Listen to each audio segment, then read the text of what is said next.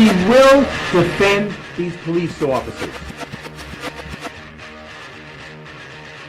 Listen to police officers' commands, listen to what we tell you, and just stop. The nation needs to realize that when we tell you to do something, do it. And if you're wrong, you're wrong. If you're right, then the courts will figure it out. We don't get to pick the laws. We enforce them. But at the end of the day, each and every member is to go home safe. Sometimes the use of force is necessary. You need to comply with the police officer the way the system was meant to be. Comply with the orders of police officers. Resisting arrest is a real and dangerous crime. Nonpartisan Liberty for All. I'm your host, Dave Bourne, and I just literally got up. I laid down for, a minute. I only meant to lay down for like 5 minutes, and I wake up and I'm like, fuck, the show's on. So I apologize for being 5 minutes late. I'm lucky I'm only 5 minutes late. I could have been a lot later. And I was organizing my notes, which I didn't get to finish doing, but that's all right. We got a lot of information to talk about tonight. Thank you for tuning in to Nonpartisan Liberty for All. I'm your host, Dave Bourne, and it is July 26, 2016, and we're coming to you live from Las Vegas, Nevada. Thank you for tuning in to Nonpartisan Liberty for All. We're on weeknights, Tuesday through Thursday at 7 o'clock Pacific, 10 o'clock Eastern, and you can listen live on Spreaker.com and nonpartisanlibertyforall.com, and to the archives immediately following the show on Spreaker, YouTube, Twitter, Tumblr, and SoundCloud, as well as the next day on Stitcher or iTunes. On Nonpartisan Liberty for All, we promote the ideas of true freedom and liberty, as well as self-ownership, meaning being able to do whatever you want as long as you respect the freedom of others and don't directly interfere with their freedom, exposing government for what it is, a mafia based on extortion that rules without consent, by threat of force and violence. So I'm sitting here kind of trying to wake up. Tonight we'll be talking all about what they called Cash for Kids, which in thinking about it, it's a bad name, because if you just hear like Cash for Kids, most people probably have no fucking idea, unless you know what I'm talking about or you read the description to the show or something like that. You have no idea like what I'm talking about. You think like what people are selling babies or something along those lines. But Cash for Kids had to do with a private prison paying judges. And there's only one instance that we're going to talk about, but I'm sure it went on in all over the country. I mean, usually there's always somebody who takes the fall or who gets thrown under the bus or whatnot. But usually if something happens once, you can assure that I don't know the percentages, but, you know, maybe it happened 20% of the time or 20% of the judges or something like that. I don't think it's usually a majority, but it depends on what we're talking about. You know, if we're talking about politicians being liars, then yeah, it's all of them. If we're talking about something like this, it's a little different. And judges, I can't stand judges. I think judges are pieces of fucking shit. And me saying that, I better be careful about not being in their courts. But in a way, there was an instance where they had power even outside their court. That I don't get. So they had essentially during the Casey Anthony trial, those that don't know Casey Anthony, she was she still is, I guess. She's still alive, as far as I know. She was accused of killing her daughter. And for some reason, it was one of those trials that was followed all over the country. You know, you think about that, like, what makes a trial one of those trials that becomes a national sensation or something like that? I mean, part of it was people thought she was cute, although I didn't think she was that cute. She was young. She had reported her daughter missing. If I remember correctly, she was out partying or something the night that either she reported her daughter missing or after her daughter was, I don't know. So you have these trials. It's like shit on the internet that goes viral. Like, how do you determine what does and what doesn't? And I always think that, you know, I'm conspiratorial. I always think, you know, that a lot of these things happen for a reason and there's things behind it. Not necessarily in this case, but I don't know. It's just a side there that who determines what the ratings, well, because I think also ratings factor into it barely anymore, because the amount of people that for a show or a network to be successful has totally changed. I remember talking about this on the show one day, or just mentioning it, that I don't know what show, it might have been Glenn Beck said this, that Ally McBeal or something they were talking about it getting canceled. I don't know why they were talking about Ally McBeal. There was some reason they were talking about it. And they were saying that if it was around now, it would be like the #1 show in most of its seasons. But it was like number 30 or something and ended up getting canceled because of that.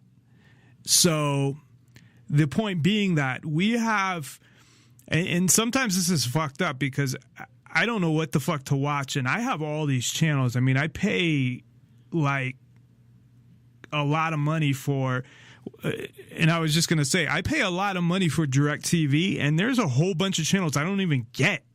And I'm like, what fucking package is that I don't get those fucking channels? Is that because I don't have the fucking $350 package or something? They did give me a deal. DirecTV is actually, customer service wise, they always get like the awards. I know why they get them, and I'm not, you know, they don't pay me or anything, but they are really good when it comes to hooking you up with deals and things like that if you're a customer for a long time. Like I called them and I'm like, my bill just went up and it's ridiculous, and they're like, okay, we'll give you, you know, a 6-month thing where these channels will be free and we'll cut your bill. I think it ended up getting cut by like $40 or something. So that was pretty cool. And then like every 2 years, you know, you get a new receiver, because they kept upgrading their receivers, where you had the original like piece of shit one, then you had the DVR, then you had the DVR that could play all around the house, and all these things that they keep coming out with. And all the ones that I've gotten for free because they're like, oh, you're, available for an upgrade. And so they're actually, I would recommend them from a customer service standpoint. Now, from a price standpoint, I don't know. I mean, probably if you got all the channels that I got on any other company, from any other company, you probably pay a lot of money too. So I don't think that's DirecTV. I think that's the amount of channels I'm getting, and I got off on a whole big thing. Anyway, back to Casey Anthony. So I've told this story before. Mark Schmitter, how he ended up going to jail for almost 6 months based on things that were said in court. The judge fuckhead, I forget his name, the judge on the Casey Anthony case said that he couldn't hand out, it was violating his freedom of speech, flyers on jury nullification, and you couldn't hand it out in a certain place or to potential jurors. There was one of the counts that were overturned, and there was one that wasn't, but he still ended up spending 6 months in jail. And listen to how ridiculous this is. And this is in Florida, in Orlando. He had to pay $7 a day. This is what, I didn't get this directly from him, but his friend, unless he got it wrong, but he had to pay $7 a day to be in jail. And I'm like, how the fuck do you pay? So what happens when you get out of jail? Because obviously you're not making any money in jail. So if nobody's paying that money for you, and you think about that, $7 a day, oh, that's not a lot. Well, that's $210 a month. Now, if you're in jail for like 10 years, I mean, that shit can add up. Because 210 would be, what, 2,000, like almost $2,500 a year. So would they put you back in jail? Because this is the logic of the U.S. government and governments in general, that they would probably put you back in jail because you owe money for being in jail, and then you would just never get out of jail because you'd never be able to pay your money back. And then they pay you, 50 cents or whatever a day to make license plates or some bullshit. But anyway, speaking of, that all came from judges, but usually you have to be in their court for them to make rules. But the fact that they can make a rule in their court, you think about that. And as I've said, I talked about this before, and I was very passionate about how fucked up I thought it was when I had talked about it before, that a judge can make a ruling, not a ruling, but issue a rule, I guess, not ruling, but issue anything that affects people that aren't in his court. Where's the jurisdiction? It's so somebody had said, I believe it was Thursday when we had, sorry, my mind is totally blank because I just woke up from Leap. I feel so bad because he was such a nice guy that I can't think of his name right now. I know it starts with a B, but I'll think it will come to me in a second. But we had him on, and he said something about Hillary said that the whole justice system needs to be redone and whatnot.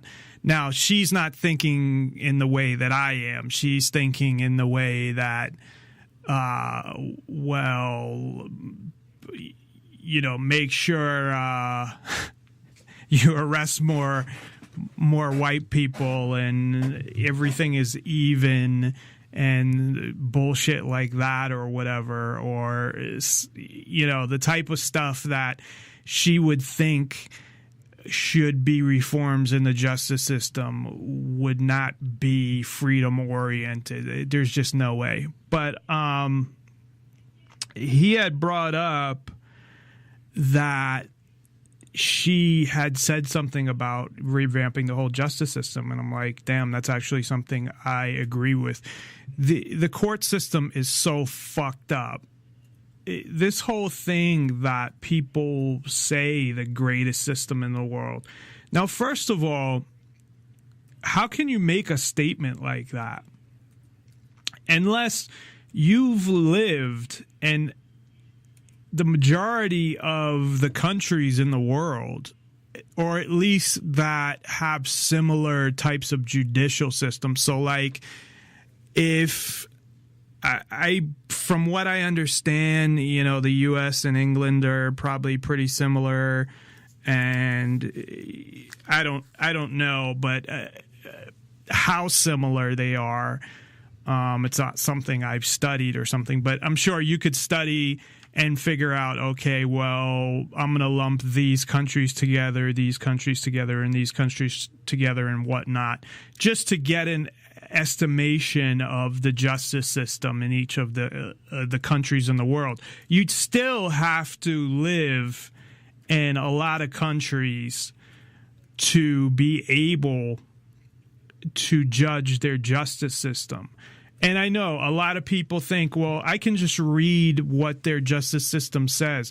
And that's not the case, because if you read what the Constitution says, they don't practice it. So or what the laws say. Dean Becker was the name of the elite member I had on Thursday. I'm sorry, Dean.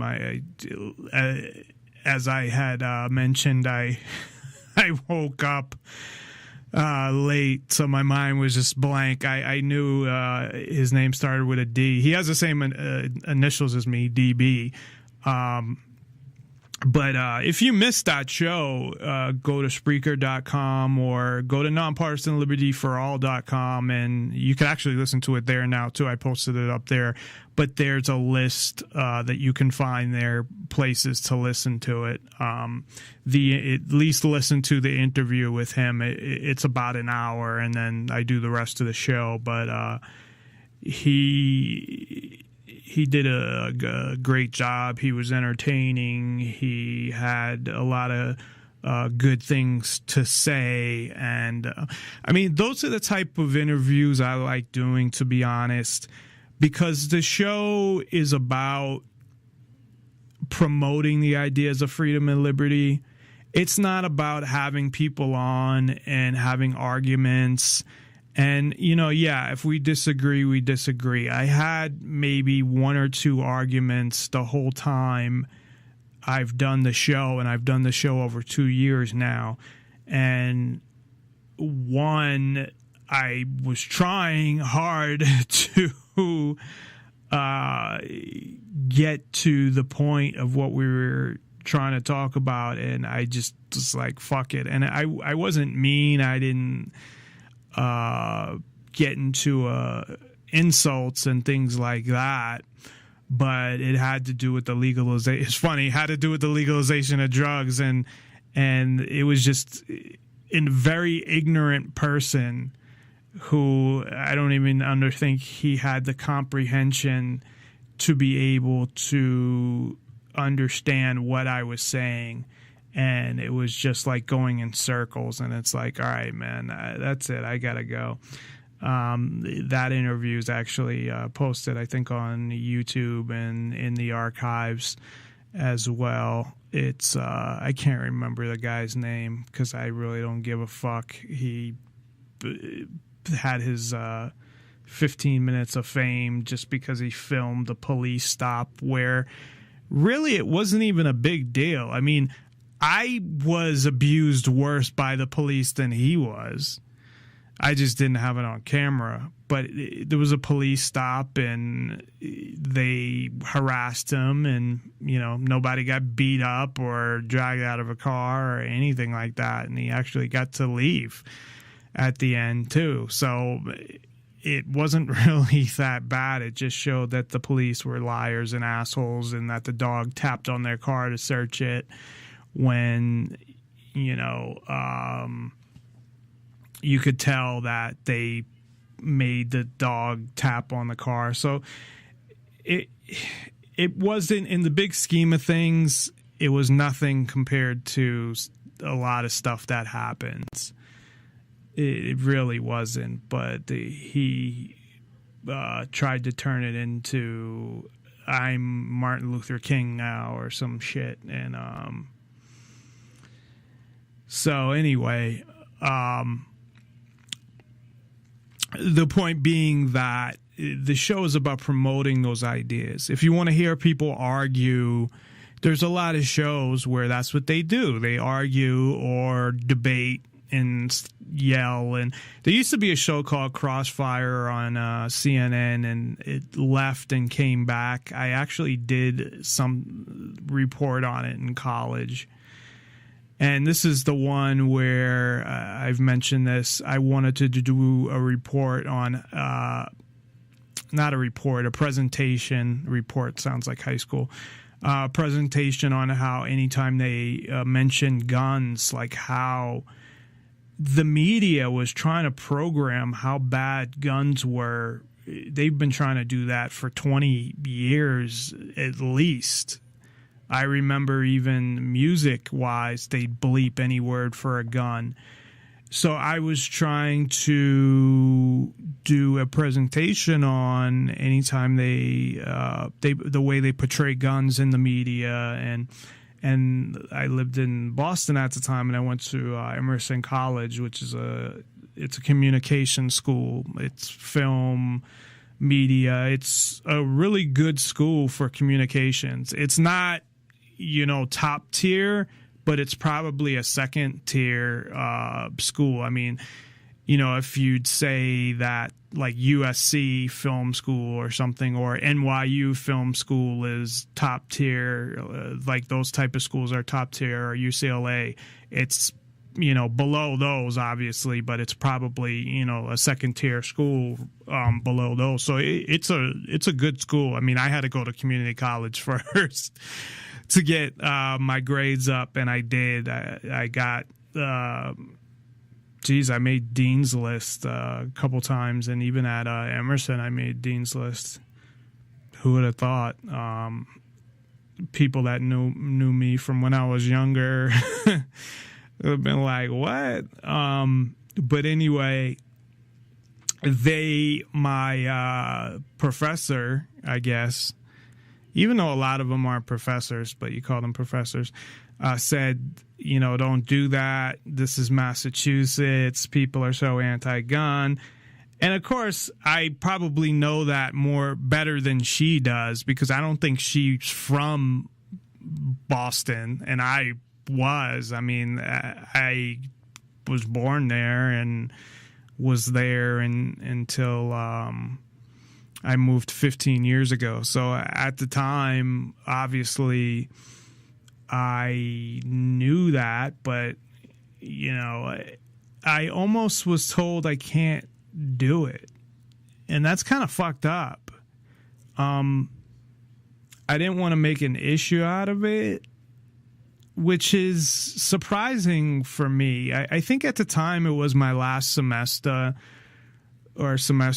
and I said semester. My last semester, and I didn't want to have any, you know, I was working full time, going to school full time, and I really didn't want to make a big deal out of it and go through any issues or go over her head or do it anyway or report her or something. But usually I'll fight shit like that. I'll be like, well, I'm fucking doing it anyway. But I didn't. I ended up doing Crossfire. So Crossfire was one of those shows where they just fucking yell at each other and you couldn't even hear what the person was saying. They're just yelling at each other, and I don't do that. That's not the point of my show. You have so many shows out there, and this is what I tell people. They're like, well, you don't show the whole view or the whole, both sides. Well, both sides to them, number one, is Democrat and Republican. And it's not just Democrat and Republican. That's not how things fucking work, okay? Just so people know. No, I show the side of freedom, and I'm not shy about it. I don't come off like I'm not biased in my opinion, but I'm consistent in my opinion. I don't follow a political party and their message and say, oh, well, if they go this way, I have to follow them and support them, which so many radio hosts do. And I could name a whole bunch, even especially those fucking progressives that were on Sirius, man. They would just follow whatever the Democratic Party said and would defend them no matter what and all this shit. So I have nobody to defend because I'm not part of any party. I'm not part of any group. I don't have to be loyal to any group or party or anything like that. I would defend someone if I believed in their principles and I believed in that principle. But if they did something that violated freedom, then I'd have to call them out on it. So I don't have any, not to say I'm not like loyal to, say, friends and stuff like that, but I'm actually a very loyal person. But my point being that if somebody says something that is not consistent with my values when it comes to defending freedom and promoting the ideas of freedom, then I'm going to call them out on it, and I don't have to worry about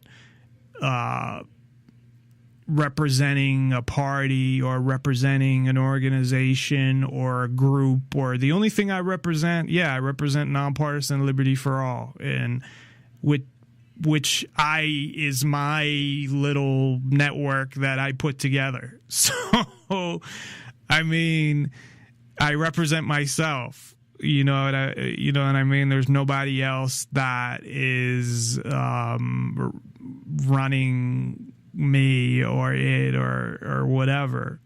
So I represent myself and my ideas. But anyway, my point was, that's what I show. If you want to hear you want to hear the Republican side and the Democrat side, then go watch some other show. There's tons of them. Or you just want to hear one of those sides, go listen to conservative radio, go listen to progressive radio, go listen to whatever, because they'll give you the opinion based on not what's in their mind, not being consistent to what they believe and their ideas.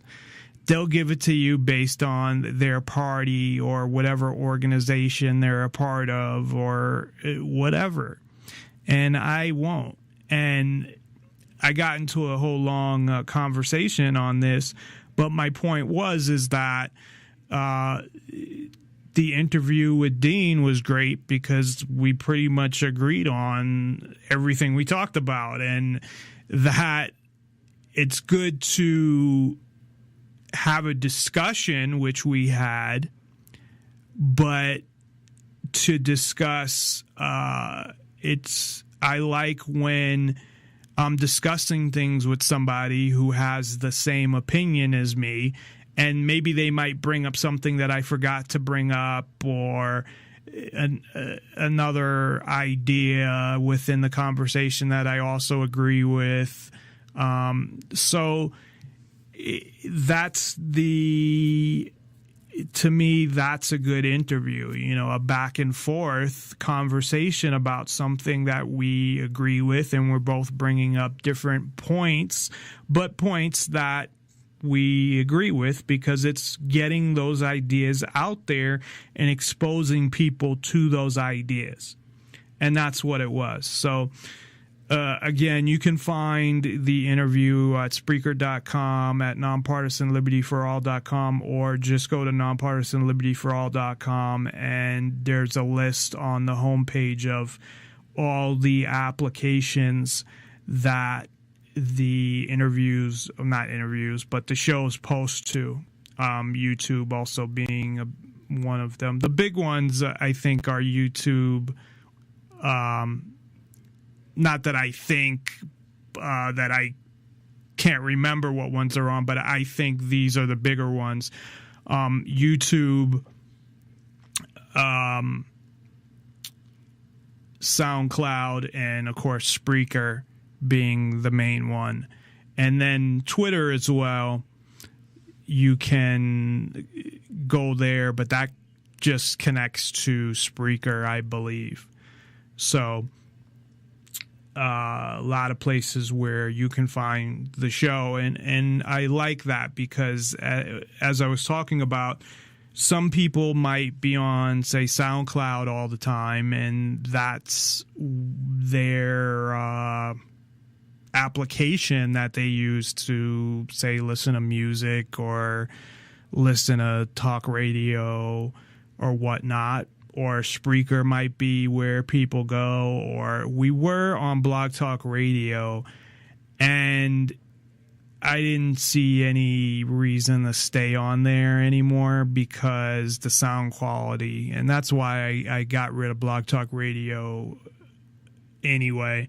I was on there for a year, and to be honest, their technology, now they're a lot more expensive, but you have the ability to be able to put calls on hold and take as many calls as you want if you have the $100 plan, which is what I had. And then, of course, they, automatically create the files and the archives. And so you don't need a lot. Really for Blog Talk Radio, you need a microphone and a computer, and you're all good.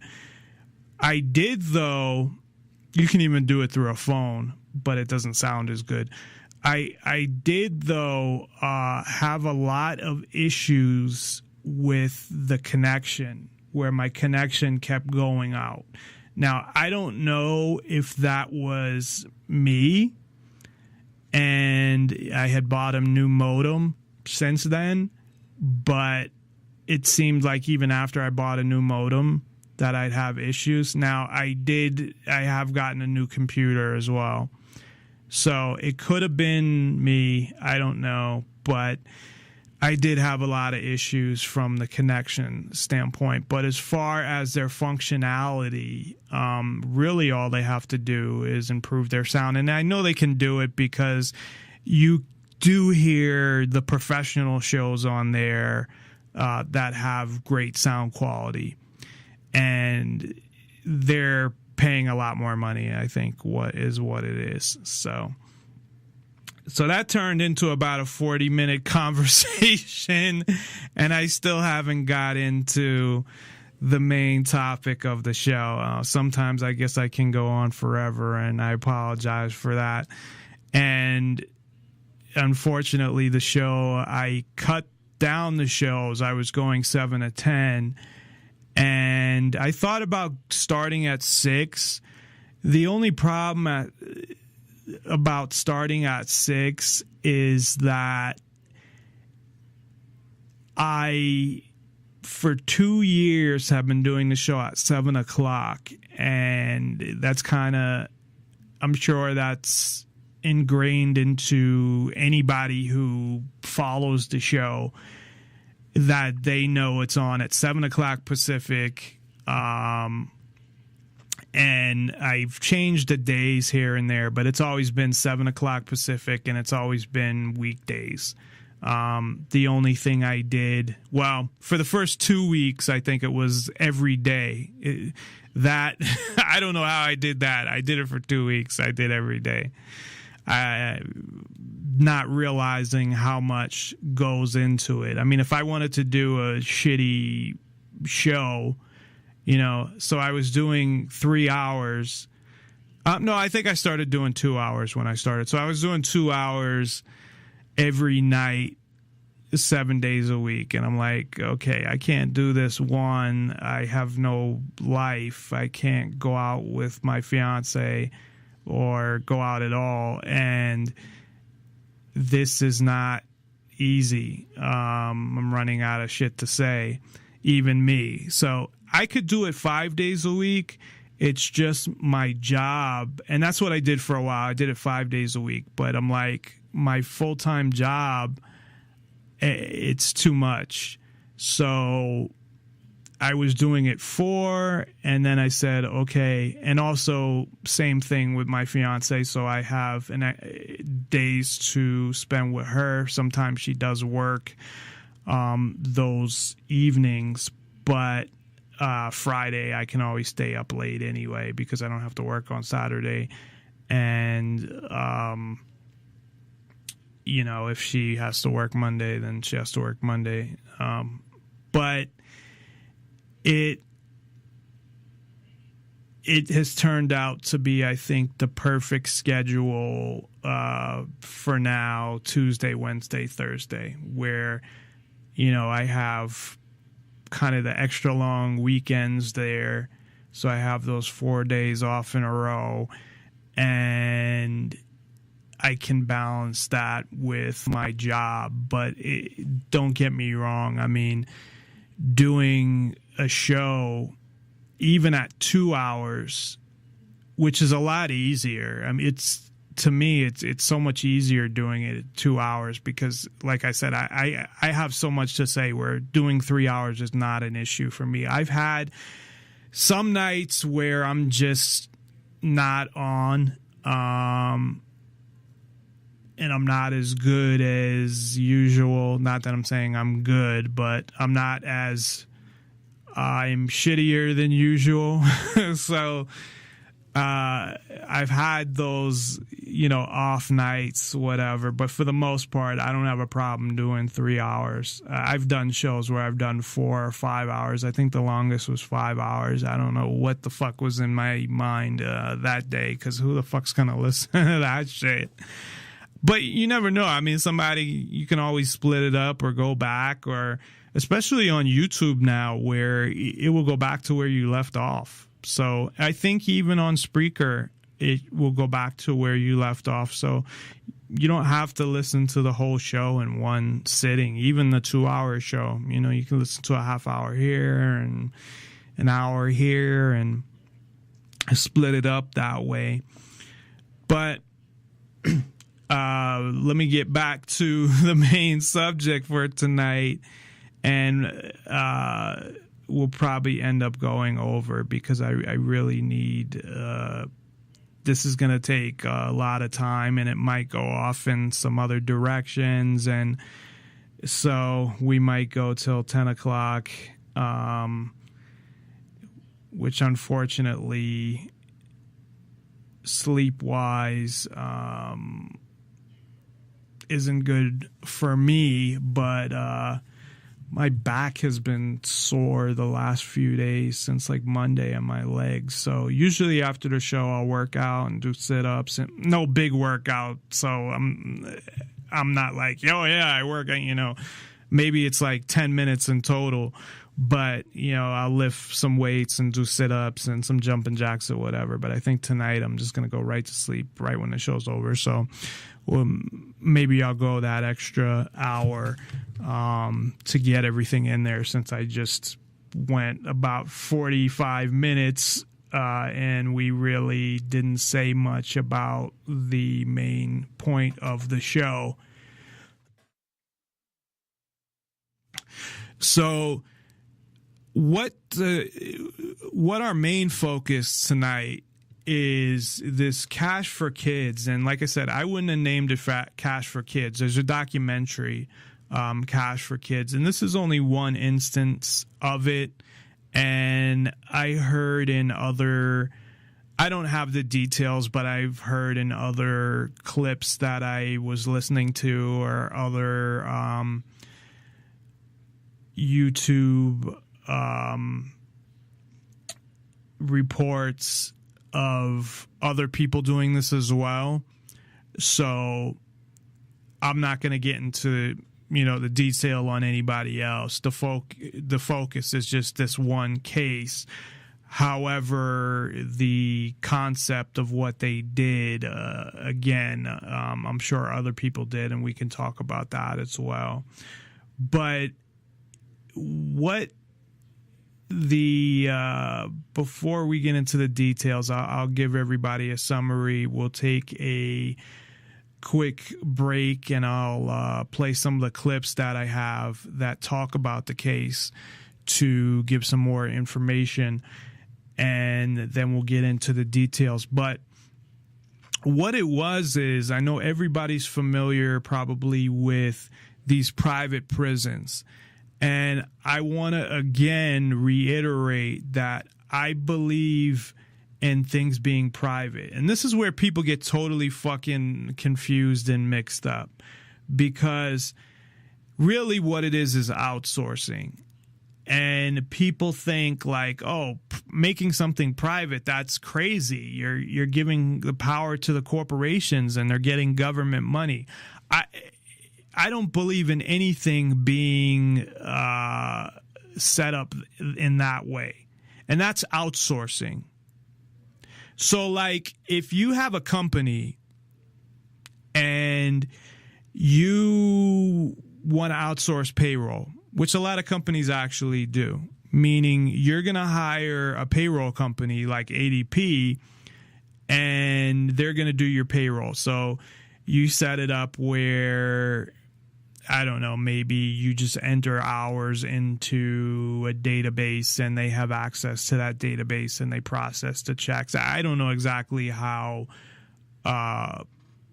payroll outsourcing works.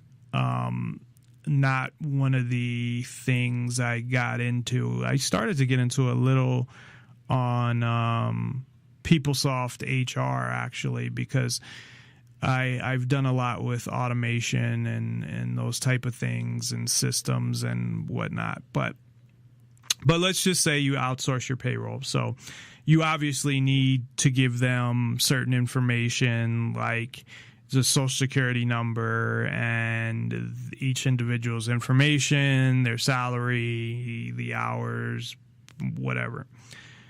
So say you have it set up where you just enter the information into the system that they have access to. They process it and, it direct deposits everything that needs to be, and it sends checks to the people that it needs to send checks to.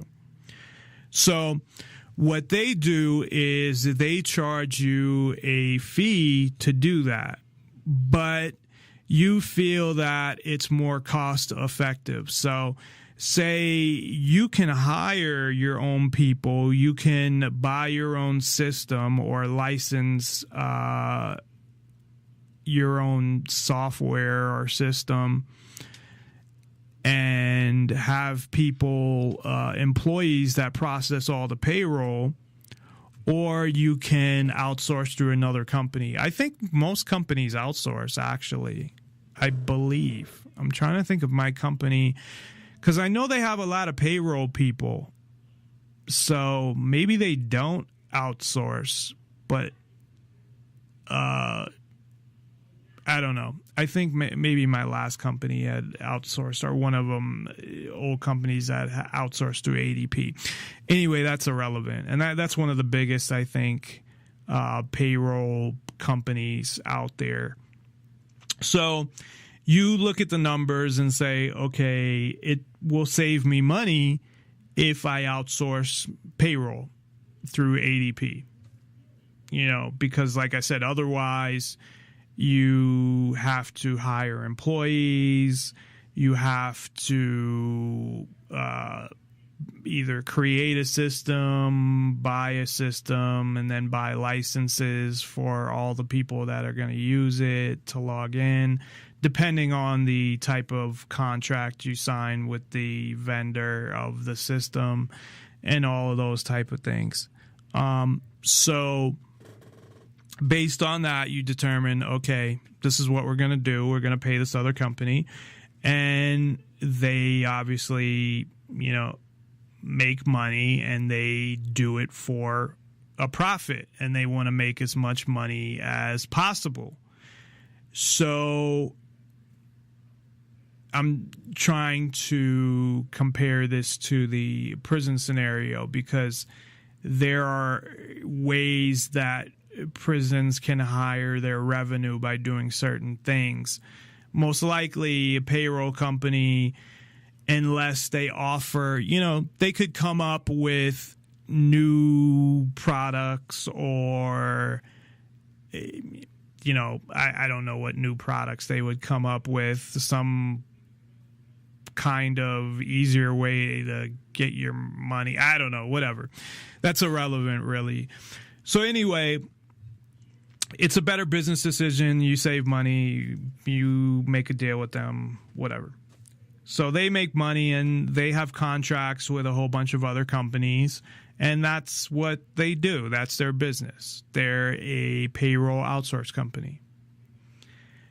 And with prisons, they're doing a similar thing. They're outsourcing, or with anything that the government is paying for, that's outsourcing, because the government is taking money that they've extorted from the taxpayers. I don't even want to call them taxpayers, because we're not taxpayers. We're extorted slaves. But they're taking that money and they're paying these companies. I know one of them was it Whacking Hut? It was like, I think it is. It was one of these companies that you'd order, like, they had magazines where you would order, it was like a JCPenney catalog. I don't know if people remember when JCPenney had, and I remember the Christmas one, because my mother had a JCPenney credit card, and she'd get the big Christmas catalog. So every Christmas we'd, because she spent a lot of money on our Christmas presents using her JCPenney credit card. Of course, Christmas, another government invented holiday to get everybody in debt.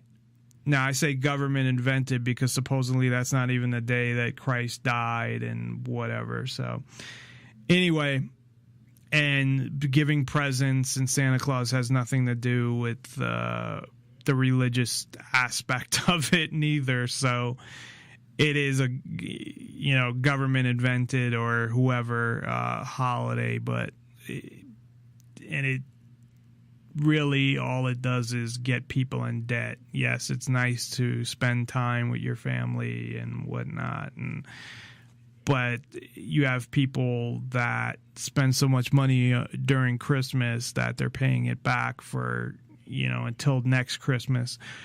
Anyway, so she would, she had a JCPenney credit card, and when we were kids and we'd get the catalog, I go, right to the toy section and look at all the pages and pages of toys like G.I. Joes and Transformers and whatever else was in there. And as I got older, Nintendo games or whatever, clothes. So what, how I got to that from the outsourcing, but what the government does is, instead of the people paying the money. Oh, I know how I got from that, because the Whackin' Hut thing. So yeah, they had a catalog. The company, the biggest company, from what I heard, they changed their name and they were Whackin' Hut or something, I believe. And they had a similar, it wasn't as big as JCPenney, but they had like a similar catalog. So that's how I got into that whole thing. So anyway, that's supposedly one of the companies, or the biggest company, or there's more than one, just like any other business. Although they're trying to make things where everything's pretty much a monopoly or a biopoly. That's not really a word, but that's what I'd call it, where, you know, two companies own basically everything. I mean, it's even happening with casinos. It's every business. You have, you know, 3 or 4 major companies that own most of the strip. It's sickening. Where before you had a lot of independently owned casinos, or maybe you'd have somebody who owned like 2. Now it's getting kind of ridiculous, where some of the companies or some of the corporations will own 6 or 7 casinos on the strip.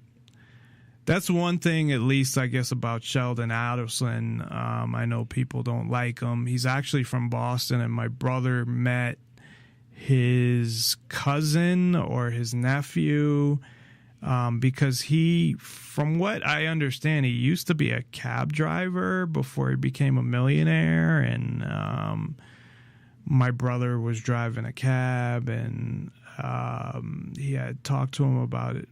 His cousin or uncle, whoever, this guy was related to Sheldon Adelson. Anyway, Sheldon Adelson owns just Venetian and the other one that's basically might as well be part of Venetian. It's Palazzo, but they're like connected. It's almost...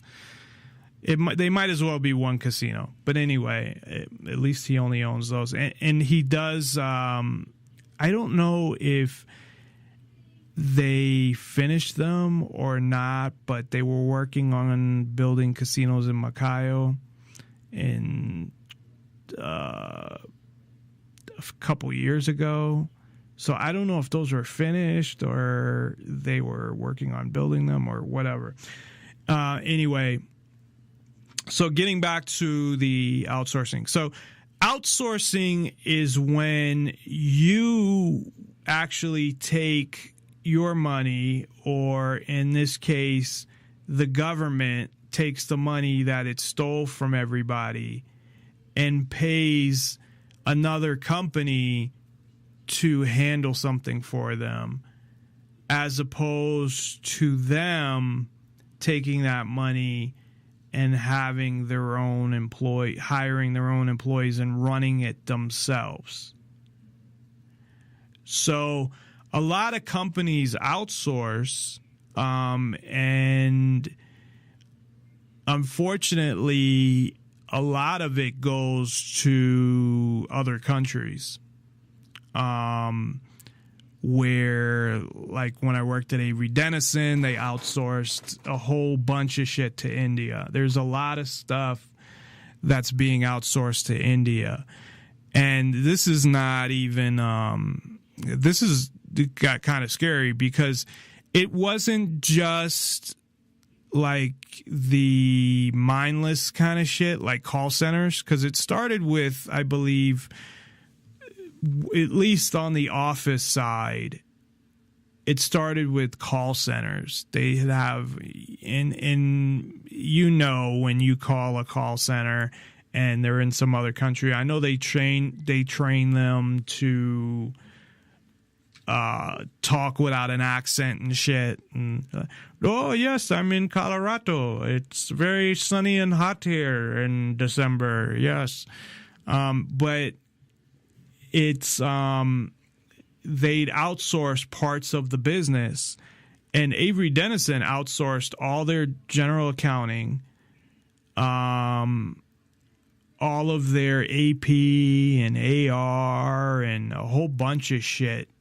as well as any of the call center stuff. I don't know what they did regarding call centers, because they had so many different types of businesses. Avery Dennison, they had, like, they made office supplies. I think they stopped actually making the office supplies and bought them and just put the stickers on them so it said Avery Dennison. They made, like, the sticky fucking tape. They're also one of the ones who did RFID. They bought this company called was it Paxar? And that's when I started to work for them. They had just bought Paxar.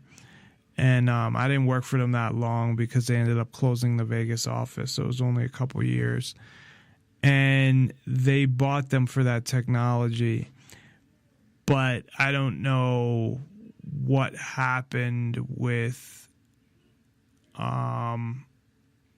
Avery Dennison in terms of their RFID technology. And at the time they bought it, it was like right before the economy crashed, because I started there in 2008 in February.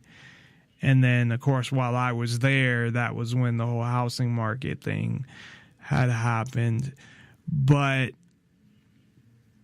they were one of the companies that, at least Paxar was, and then Avery Dennison bought them, that was really in the RFID. Now, I don't know if they got into like government type contracts and things like that, but their purpose was for shipping, that when you ship products to somebody, they don't have to enter in any information or anything like that. Once it comes through, it will register in your system that you received it. And then if something goes out, you know, it will register that it goes out. More of an inventory type tracking system was how I kind of looked at it. But yeah, RFID is a whole another scary technology. Although the last I looked at RFID, and they may have modified it to make it a lot more powerful, but it was just, like I said, something would register, but it only had a radius of like, you know, 50 feet or something. I mean, it wasn't that far. And I know they were looking at putting it in passports. So, you know, when you got to where you were going, it would kind of register it that way. But the U.S. would, of course, have to force all these other countries to adapt the technology. But when you're coming back to the U.S., it would pick it up. So, but I don't know. Anyway, my point is that there's a difference between outsourcing and privatizing. And the difference to me is when the government outsources, which is all they do,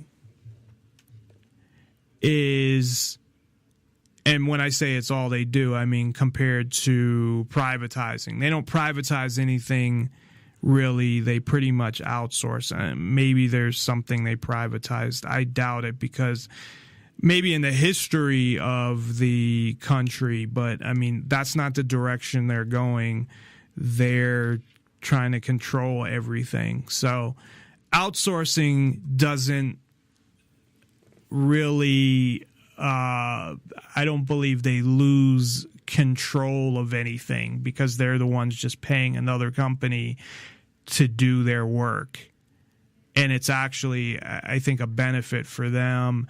they probably not only save money, but they give contracts to corporations, and it's just a whole benefit to them.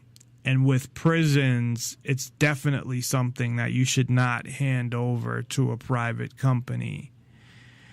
Now, so outsourcing is the government taking the money that, of course, they extorted from you, giving it to the whack and hunt, or whatever the fuck they're called now, company that runs the prison, and they make a deal and say, okay, we'll pay you blah, blah, blah, and you will run the prison for us. Now, the reason I think with prisons is it's really bad. In general, I think it is a bad thing. I think it's worse than having the government run something, because in a way they can put responsibility onto the company, even though, yes, they were the ones who went with that company, but it gives them some deniability.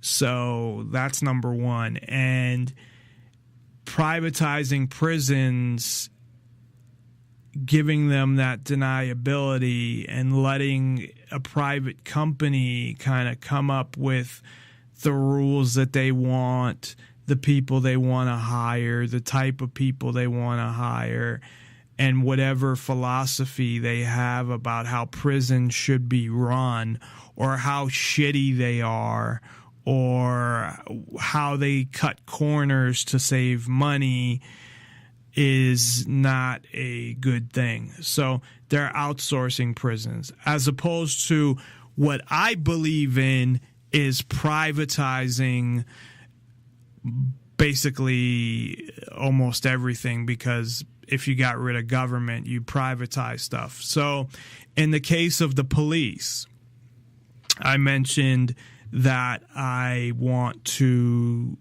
end the government police, and I have a Facebook page, and the government police.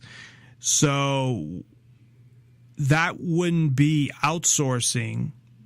It would be totally private, because people would go and find a company if they wanted to. They wouldn't have to. They could, if they felt that they could defend themselves, then they could do that as well. But they could find a security company best to, their liking, based on price, based on service, whatever, and philosophy, how they run their company. Like I've noticed with security guards, you have the wannabe cops, and I can't stand these guys. I want to smack them. And you can tell, you can even look at them and tell. And some of the older guys were former cops. There's a guy that I'll just say at my work that I believe he's a former cop. And he may not be. He may just be totally a wannabe fucking cop. And I hate when they dress...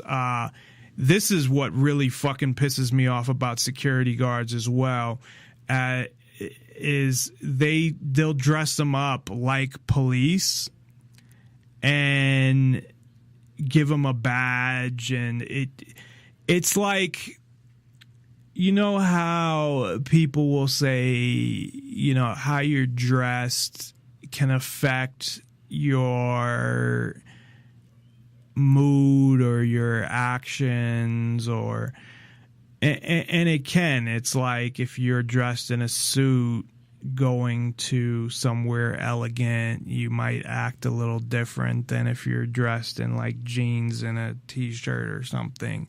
Not that it changes your personality or anything. I'm just saying that you're more in that type of mind state. So these guys, I think it does that where they're walking around, they got batons and they got a badge and they look like fucking cops, basically, that are getting paid, $12 an hour, but they're still, they think like they're cops and they're just fucking security, which can be dangerous, especially if they're armed. But I hate when they dress them up like that. I'd rather, give them a jacket that says security, or give them something, a shirt or something like that just says security on it. If you want people to know that they're security, don't fucking dress them up like police, because that's just ridiculous. But anyway, so regarding the police, so I always bring up the Detroit Threat Management Center, because they have a totally, and that was where the philosophy came in, and it has to come from the top, where you have Dale Brown, who I did message, and he said that he would come back on the show. I haven't heard back from him.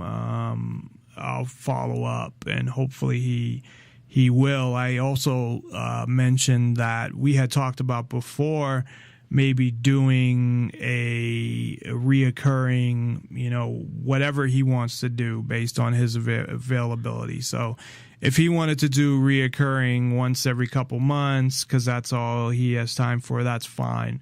But I'd be willing to do, probably once a week, or at least every 2 weeks, if that's something that he wanted to do. But, and I had also mentioned if he was interested in possibly doing his own show, not anything too long, maybe like an hour or something like that.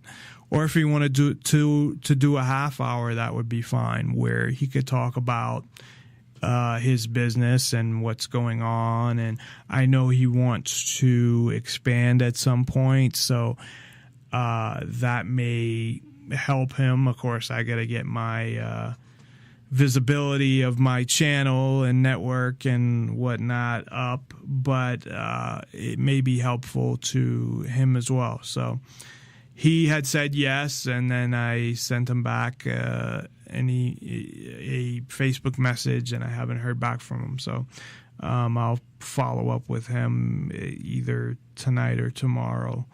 So he was great when he was on the show before. Again, you can find that on Spreaker.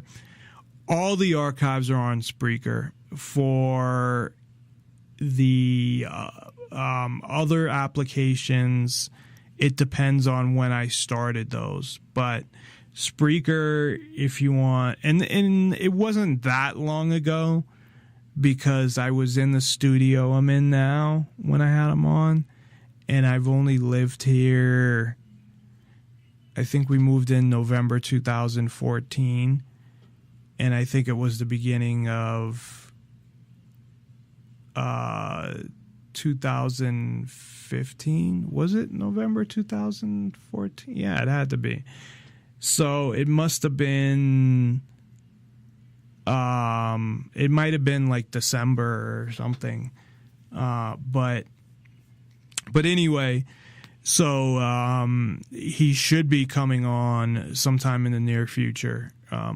But my point is that everyone would provide for their own security. So they wouldn't be paying whatever tax goes to the government.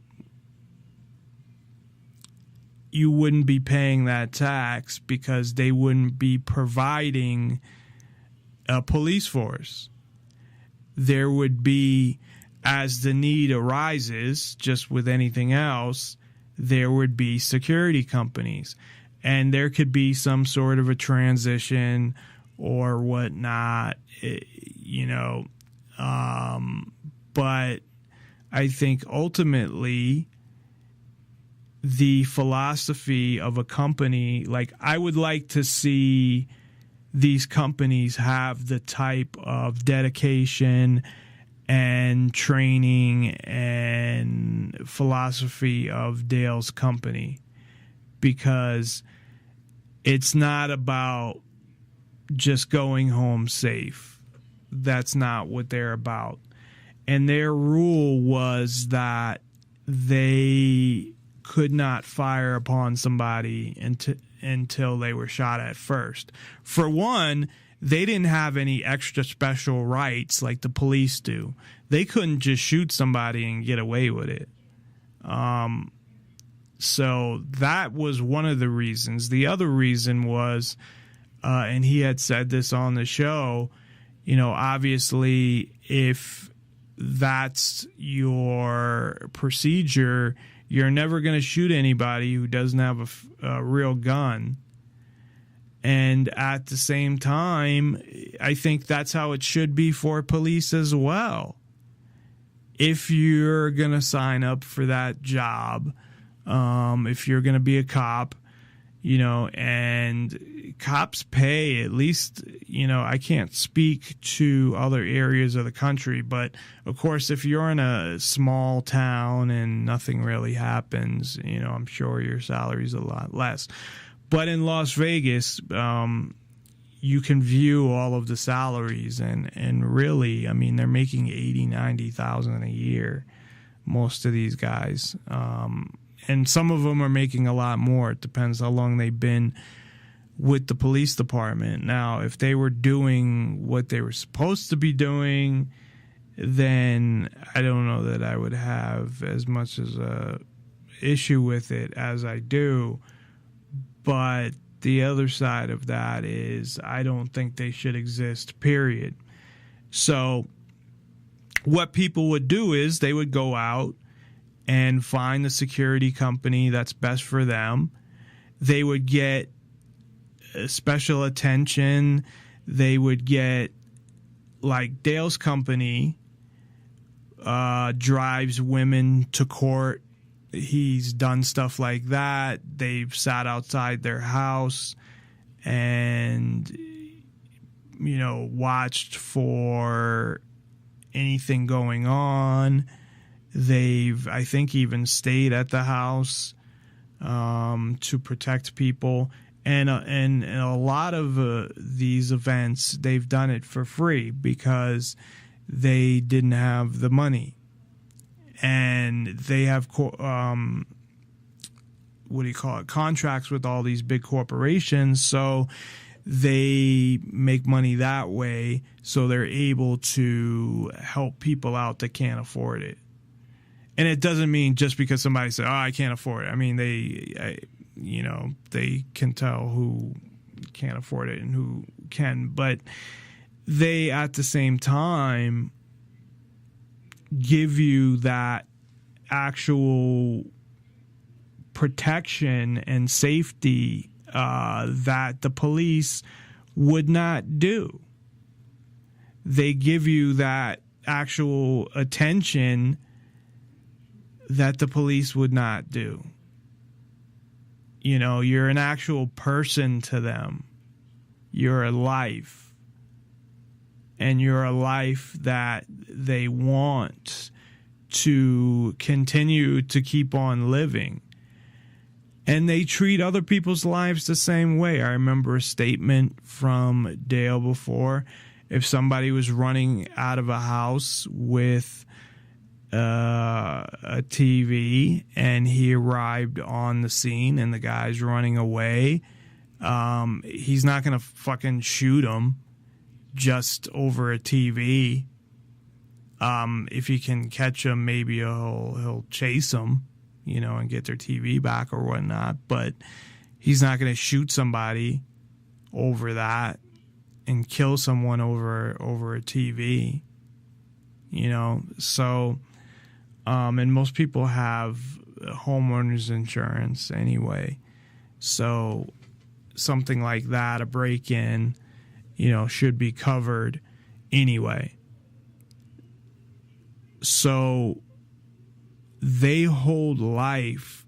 They actually value life, is what it is. Now, at the same time, if somebody else, the person they're protecting's life is in danger from a criminal, and the only way to save their life is to kill them, then I'm sure they would do that. But that would be a last resort. And they're trained to be able to, there's videos of this on YouTube. I mean, their training is extensive, so they're able to use all these defensive moves and things like that. And like I said, now they don't even have guns. At least that was the last time I had talked to Dale. He said that as of 2015, they weren't going to use guns anymore. Maybe they went back to them. I don't know. But they have other weapons. But that's not their focus. I mean, again, their focus is on whoever they're protecting, whoever, depending on the situation, keeping them safe. And at the same time, doing it without taking somebody else's life. Now, again, if they had to, if they're protecting somebody and the person they're protecting them from somehow got in a position where the only way that they could save that person is they would have to kill them, then I'm sure they would, and they should in that situation, because you're saving an innocent life. But outside of that, really, when I had talked to them, they had never killed anybody. I don't even think they've ever shot anybody, because they're prepared for their training is, and Dale came up with this, and he's a really I don't know what words I'd use to describe him, but I mean, he puts came up with this whole thing. It's not like he came from, a poor family or anything. He could have, I think he did go to college, but he could have, easily done something else and been successful. But he was dedicated to wanting to help people. And he came up with this great training program, with influences from different, I think, forms of self-defense and all of these things. And yeah, I mean, he's a great guy. I had the opportunity of, talking to him on the show, but as I had mentioned before, I talked to him when I pre-interviewed him, and then I talked to him after the show for like a couple hours. We just, we're talking, and he was telling me all this stuff that was going on and things like that. And so I got into a whole big, long thing on that. But the point being is that what the government does is outsource. And then they call it privatization. And then people like the progressives or people in general, I guess, look at that as, oh, that's privatization. And no, it's not. It's outsourcing. Privatization is getting the government out of it. So an easier example or a simpler example is trash. And Mark Edge from Free Talk Live, who I had mentioned was in town, was it last week? And I got to, not for that long because they were leaving the next day, but got to see him and his wife for a little while. And he sang karaoke, and I guess it didn't come up on the fucking YouTube where I can see it and he can see it, but other people can't see it, so I gotta go and try to fix that. But anyway, he talked about his town and them privatizing the trash.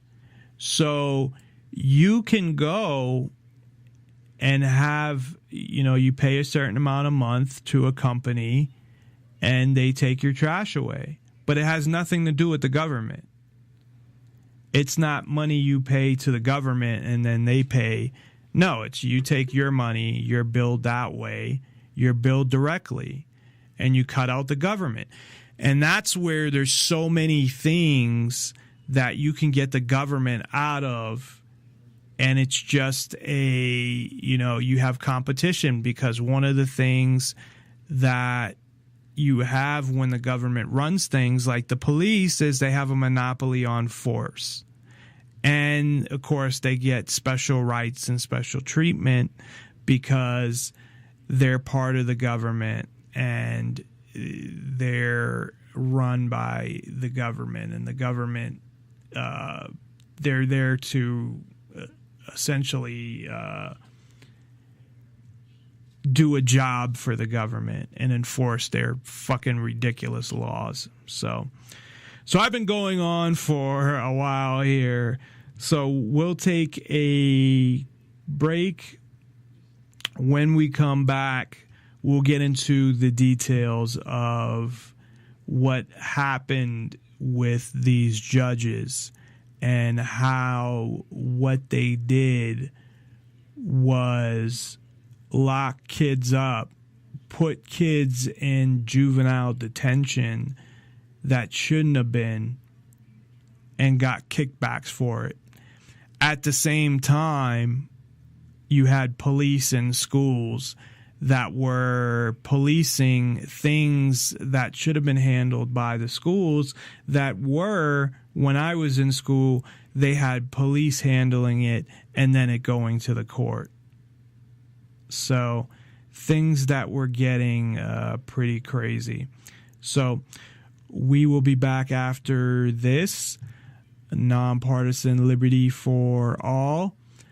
Just to mention, if you had missed it yesterday, the Illumination Hour, which airs every Monday, 7 o'clock Pacific, with Ellen Stallone, who hosts and produces. You can go to Spreaker and a lot of the other same applications, SoundCloud, YouTube, and listen to the show. And she does a great show. She came up with a totally different and unique idea that's creative. And even if you haven't heard the show, check it out. If it's not for you, it's not for you. But I think that if you listen to the show and give it a chance, you might really like it and want to go back and listen to all the shows you missed. There's 8 shows now, and those are all on Spreaker as well as the other applications. So you can go and start with episode number 1 if you want, or start with yesterday's episode, or start wherever you want and listen to those shows. And Ellen's very talented. She used to co-host with me once a week or every other week. She's been on Free Talk Live, Ladies of Keene. She's been on a bunch of shows, but this is the first show that she's done by herself that she has complete control over, whereas the other shows that she did, she had co-host and she had to decide with them, what they do and what not. Whereas this show, she can do whatever she wants. And that, I think, was important to her to, do a show and do a show by herself where she didn't have to argue with somebody, or not that she ever argued with her co-host. I'm not saying that, but, get kind of agree on, okay, this is the topic we're going to do, and all of those things, where she can just go and pick whatever she wants to do and go and do it. And of course, if you'd like to call in, you can call in at 702-470-7664. That's 702-470-7664. Or you can Skype into the show, username Nonpartisan Liberty for All. And all of that information, if you forget any of it, is at nonpartisanlibertyforall.com, plus our links to our social media pages. I post every weekend the archives.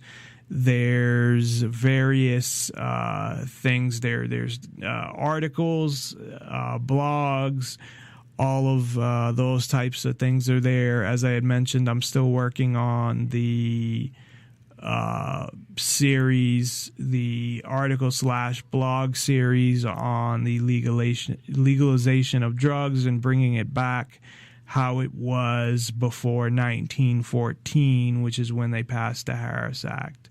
So we'll be back after this. Nonpartisan Liberty for All. Since these disturbing images went viral, the spotlight focused not only on the now fired sheriff's deputy and his actions, but also on the role of school resource officers in the nation's schools. Should he have ever been called there? I just want to make a point here. School resource officers, and I was going to make this point when we got into the detail, but since they brought it up here, and I'll probably bring it up again, they don't call them cops, of course. They are cops. It's not they're technically cops. They're cops that happen to work at the school. And let me bring this back to the beginning, because I think I didn't turn it up until I think I missed a part there. But they are cops. That's what they are. They are not school resource officers or whatever they want to fucking call them to make it sound like they're not cops. And I think that's exactly why they do it, because they don't want it to sound like, hey, there's cops in the school. No, there's student resource officers. So. Since these disturbing images went viral, the spotlight focused not only on the now fired sheriff's deputy and his actions, but also on the role of school resource officers in the nation's schools. Should he have ever been called there? That's something we're going to talk to the school district about. Maybe that should have been something handled by the teacher and that school administrator without ever calling the deputy. Former Deputy Ben Fields was called to the classroom after the 16-year-old student refused repeated requests to leave by both her teacher and a school administrator. Resource officers are used as a law enforcement tool in some schools. Just this week in Sacramento, a resource officer called to help break up a fight involving about a dozen students. The school's principal tossed during the fight. Police ended up arresting 3 teenagers. Breaking up school fights or trying to manage a defiant student are part of a resource officer's duties, but it is not all of that officer's responsibilities. We want them involved in informal counseling within the context of their job, really getting to know students and building relationships with them. Part counselor, part enforcer. According to the National Association of School Resource Officers, their numbers grew in the late 80s under the DARE program, developed to help children stay away from drugs and violence. And they shot a few more times and all. Growing more following the shooting in Columbine, Colorado in 1999, after schools felt a need to have access to armed officers. Now some 82,000 SROs are working full or part-time at 43% of public schools. And with more officers, more cameras, comes more scrutiny. A school resource officer in Kentucky faces federal charges for handcuffing 2 misbehaving children with disabilities. In this video, a 3rd-grade boy struggles with the cuffs. And now in South Carolina, an officer fired from his job and under a federal investigation that could result in even more punishment.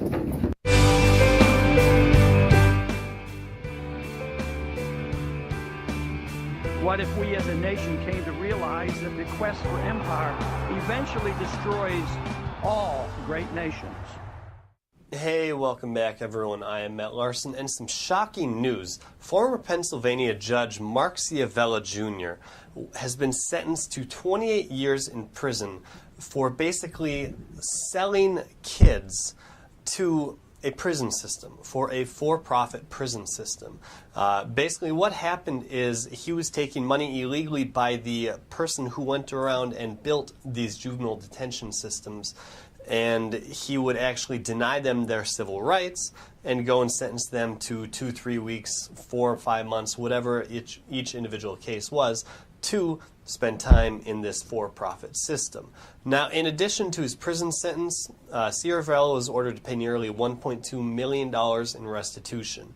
Some of the most shocking cases, now, when you actually go and you listen to some of the things that the judge sentenced these people for, some of his victims were 15-year-old Hillary Tranus, who was sentenced to 3 months in juvenile detention center for basically mocking an assistant principal, for mocking someone, for using their First Amendment rights. Since when is being disrespectful a crime? I understand that if you go and you threaten someone and you kind of raise your hand, you're about to hit them and you just hold it there, you know what, sure, you should probably teach that person a little bit of manners. I still don't think that it is something that you can send a person to jail or even threaten them with fines and taxation for. I don't believe in that. Maybe you could give them a verbal reprimand for that, sure, but sending them to a juvenile detention center, no thank you. You know, there's wrong and there's right. We understand that. Now, many people go out there and do wrong things that they need to go to jail for? Absolutely not. And now this whole discussion that you could have on privatizing jails and prisons or making them public owned, that is a whole different discussion.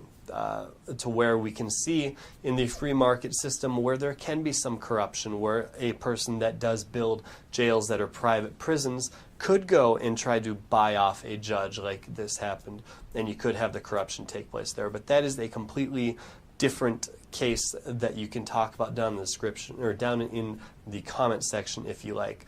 To me, this is mind-boggling on how many probably other cases there are exactly like this where judges are getting paid off and it's almost like a mafia coming in and stealing your kids for profit. It's sickening. We have CPS workers doing this in Sacramento, and I'll have another special story actually talking with the family of a story very similar to ones that I put out videos on yesterday where their son was taken from them. And they're still fighting to get them back. So stay tuned for Friday. I'll have a very amazing interview that I'm doing on Wednesday, and I want to make sure we do a good job on this and we get it out to you by Friday. But for now, if you guys want to read more into the story, I'll have the full article down below in the description. I ask that you guys please thumbs up this video, share it with friends and family. If you're new to my videos, make sure you click that subscribe button so you can stay up to date on all the current political news.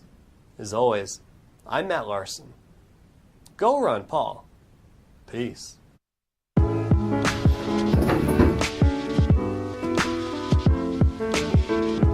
By now, you've probably seen this video of Officer Ben Fields throwing a student to the ground in South Carolina. Now the question many are asking is, why are there police officers in schools anyway? There are as many as 20,000 cops working in schools across the country. They're called school resource officers. And what happened in South Carolina isn't a one-off. There were protests in Rhode Island after this officer slammed a 15-year-old student to the ground. The ACLU filed a federal lawsuit after this officer handcuffed a 3rd grader. In 2012 alone, the police arrested more than 64,000 students. Police officers were first introduced into the American school system during desegregation. But towards the late 90s, and especially after the Columbine shooting in Colorado, things began to change. Around the country, there were calls for more police to protect students. The Justice Department then spent $750 million to add 6,500 more cops into schools. This was also the dawn of zero-tolerance school policies, which were supposed to keep guns and drugs out of schools. But over time, these policies have extended to petty high school drama, like students throwing tantrums, disobeying teachers, or fighting. Instead of just being there for safety, school police have gotten involved in discipline. That means arrests instead of just detention. And that has disproportionately affected Black and Latino students. In fact, 31% of those arrested in 2012 were Black students, even though they only make up 16% of the student population. When 26 people were shot dead at Sandy Hook Elementary School in 2012, President Obama allocated $125 million more to add additional police officers into schools. But experts say there's little evidence that they improve safety.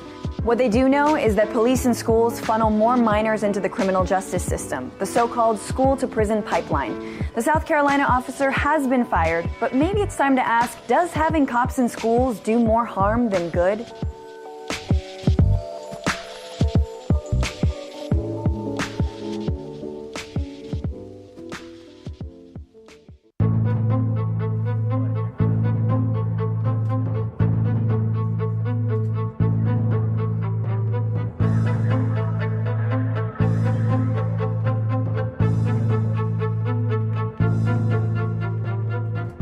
This is John W. Whitehead, author of Battlefield America, The War on the American People, bringing you a message about the state of our nation.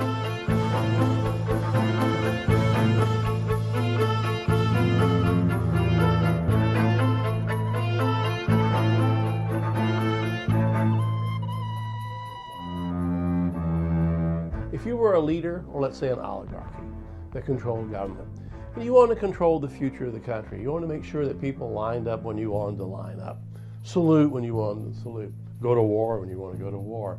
Never question too much, no protest, because protest, free speech, stuff like that can cause a little havoc. You don't want that. You want order. You want them to go to the store, buy things, and make sure the economy moves forward. How do you make sure that these people will never revolt or question things like people in the past have? How would you control that? Where would you start? Basically, where leaders of the past who have erected regimes start, they start in the schools.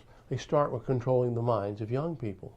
We're seeing that very thing happen in the United States today. There are 98,000 public schools. Just to focus on the public schools where we're seeing many of the problems I'm going to be talking about. What are we seeing in those public schools today? From the moment a child enters one of the nation's 98,000 public schools to the moment a student graduates, they're exposed to a steady diet of zero-tolerance policies that are very draconian, that even criminalize childish behavior, overreaching anti-bully laws that criminalize speech, school resource officers or policemen walking the halls who are tasering, disciplining, or arresting so-called disorderly students. You have standardized testing that emphasizes rote answers over critical thinking. You have a politically correct mindset that teaches young people to censor themselves and those around them. And now extensive biometric and surveillance systems that, coupled with the rest of the stuff we're talking about, acclimate young people to a world in which they have no freedom of thought, speech, or movement. By the time a young person graduates from public school in this country, nearly 1 in 3 have been arrested. Over 3 million are expelled alone in the United States on an annual basis. Let me give you an example. A Virginia 6th grader, he was the son of 2 public school teachers. He was a member of the school's so-called gifted program. He was suspended for a year after school officials found a leaf which they thought might have been marijuana in his backpack. Come to find out, it was not marijuana, a fact that the school officials knew almost immediately. But the 11-year-old kid was still kicked out of school. He was charged with marijuana possession in juvenile court. He was enrolled in an alternative school away from his friends. He was subjected to twice daily searches for drugs and forced to be evaluated for substance abuse programs. Kids are actually being kicked out of school for so-called imitation-controlled substances, such as breath mints, oregano, powdered sugar. Then there are the crazy zero-tolerance policies against weapons. To give an example of a case that I actually worked on at the Rutherford Institute, a little boy named Johnny Jones in Ohio, right before Christmas a couple years ago, walked up to the teacher's desk. What did he do? He got a piece of paper. On his way back, his best friend in class went, didn't make a sound. These are 4th graders, by the way, 10-year-olds. Our client, Johnny Jones, responded by doing a bow and arrow. He shot a bow and arrow. He had seen the movie Brave. The teacher saw him do the bow and arrow, the fake bow and arrow, no sound, by the way. He was just goofing around with his buddy.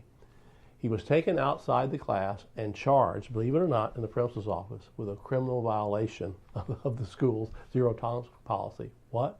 He had a weapon. Ridiculous, of course. We intervened, got some good media that people in the media thought this was crazy, and it was crazy. Finally, the school backed off and took this off his record. Again, if someone hadn't stepped in, though, and this is how crazy things are looking in the schools, he would have had on his record for the rest of his life a weapons violation.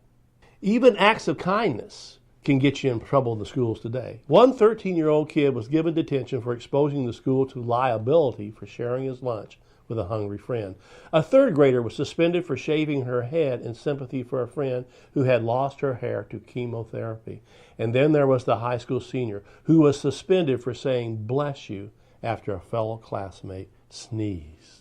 And now in recent years we've seen the proliferation of school resource officers walking the hallways of schools. In other words, police officers equipped with weapons, tasers, all kinds of dangerous weapons. And what we're seeing is, in a number of cases, kids getting punched in the face for so-called insubordination, all because of so-called childish behavior, something that I never saw when I was in school. In fact, in my school, I never saw police officers walking the hallways. I'm a former infantry officer. When we guarded the base, an infantry officers fight in war, that's what I did, and I trained troops to fight in war. We guarded the base from the outside. We knew that if someone was going to get into a base, they had to be stopped from the outside. We didn't put armed guards inside the post, always ruling and trying to control the troops. We knew that the threat was on the outside. A better resource here would be to put, if you want armed guards outside the school to keep occasional crazy shooter, you do that. But when you put these officers inside the schools, patrolling the schools looking for childish behavior, you're going to get people arrested. You're going to get people with criminal records who, by the way, should never even be touched by a police officer. What this has created is a problem called the school-to-prison pipeline. Indeed, one study found that being suspended or expelled made a student nearly 3 times more likely to come into contact with the juvenile justice system within the next year. Nearly 40% of those young people who are arrested, believe this or not, will serve time in a private prison where they'll make products for multi-corporations. Some schools that have had a lot of cops walking the hallways, and this is proven, have removed the policemen inside the hallways generally. Kept a few maybe, but got rid of most of them who are watching for childish behavior. In some cases, believe it or not, in inner city schools, kids getting arrested, charged, and put in the juvenile system has dropped by 90%. 90%. So what am I saying here? Is it a good idea to have policemen walking the halls looking for kids arguing, debating a teacher, getting slammed down on their face for arguing with a cop in a school, getting in trouble, getting a thing on their record, something charged for simply cutting in line in the cafeteria? Is that what we want? And here's the other problem I see. We're acclimating kids to live in a police state. That's obviously what we're seeing. They're afraid to move. They're afraid to say the wrong word these days. They're afraid to point their finger and play cops and robbers like all kids used to do on the playground. Because why? Because they'll get in trouble. They'll get a criminal record. They might even get arrested for it. I mean, if you bring oregano in for pizza day to put on your pizza, watch out. You might get a criminal record. You might get arrested and thrown out of school, even though you're not guilty of something. So what are we doing to the kids? We're making them stop thinking, debating. We're stopping them from being citizens. If we want a free citizenry, then let's treat them like free citizens. Let's not put them in prisons, what we call schools, where cops are walking the hallways and arresting them and slamming them down, or even tasering them and sometimes shooting them. Is that what we want in America? It's time to wake up, folks. If we don't change this system, I'm afraid we're going to repeat history, and when we wake up one day, we're going to go, what happened to our freedoms? For more information about the Rutherford Institute,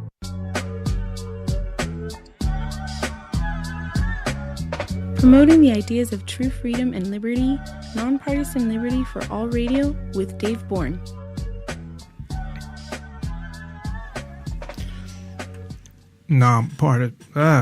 Nonpartisan liberty for all. That was too loud. Sorry about that. And we are back Check us out at nonpartisanlibertyforall.com, where we have lots of stuff for you to check out.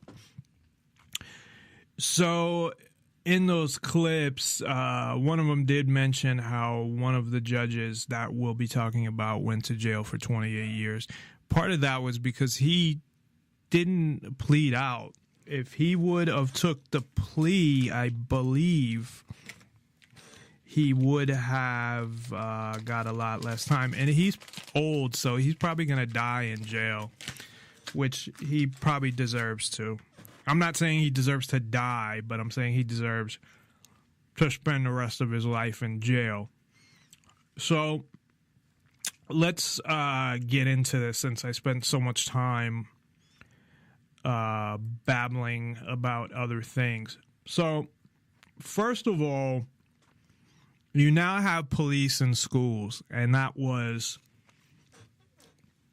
I think most people know that, and that was made evident also in one of those clips about all of these things that have happened in which were results of having police in schools. If they had police in schools when I went to school, I wouldn't have gone to school. I don't know how I would have gotten around that, but there's no way. They did have police show up at my high school a couple times, but I think one time they showed up with dogs, but it was more, they were called for some fucking reason and they had come by. It wasn't on a regular basis. We didn't have whatever they fucking, the bullshit name that they call them, student resource officers or anything like that. So, you know, if you got in a fight, you wouldn't be arrested for assault. If you know, any of those things that they talked about that cops are actually prosecuting people for or arresting them for, and then the county or state is prosecuting them for, would never happen when I was in school. Now, the only things I can see maybe drugs would, especially back then, they may call the police if they found drugs in a locker or something like that. Or if you beat somebody so bad that you hospitalize them. I don't know how bad you'd have to beat somebody for them to call the police. I guess technically the family could still sue, but still that's civil and that has nothing to do with the school. So, or the police in that case. So, there were fights in school all the time, and people got suspended, and that's about it. But no one ever got arrested, and no one ever got arrested for any of these ridiculous things. So I would think, again, the only thing that people would get arrested for is probably drugs. And of course, if you killed somebody or, stabbed them or something like that. But fights, the fight is a fight. It was, since the beginning of time, people have been getting in fights in schools. It's just part of being in school, I guess. So this judge, and I don't even know if I'm saying his name right, Mark Shiverello, he was elected twice. He was elected in 1995 because I guess the position that he held as juvenile justice or juvenile, I think that's what they called it, juvenile justice, or the judge of juvenile justice court. It was in Pennsylvania in Luzerne County in Wilkes-Barre. All these weird fucking names to pronounce. So that's where he was a judge, and he was elected first in 95, and then he was elected again in 2005. So I guess their 10-year terms, people had praised him and thought he was cleaning things up and he was doing a great job and all of this stuff, which is ridiculous.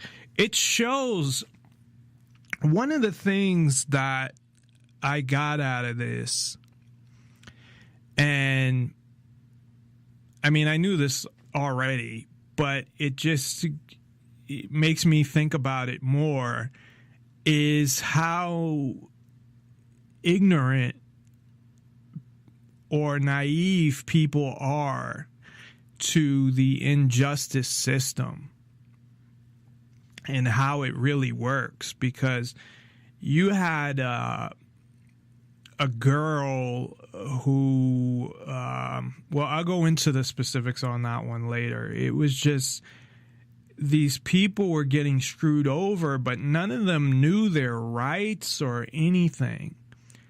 And I don't know if that would have made a difference, because, again, courts are going to do whatever the fuck they want to do. The government in general is going to do whatever they want to do. But that doesn't mean that they're going to be able to get away with all of those things within this town. So there was another judge, and it was a bit confusing, but I believe the other judge, because they had said that, or maybe it was Mark Silver, whatever his name is, but there was another judge who became president of the judges. I don't know what the fuck that means. I guess he was the head judge, I would say.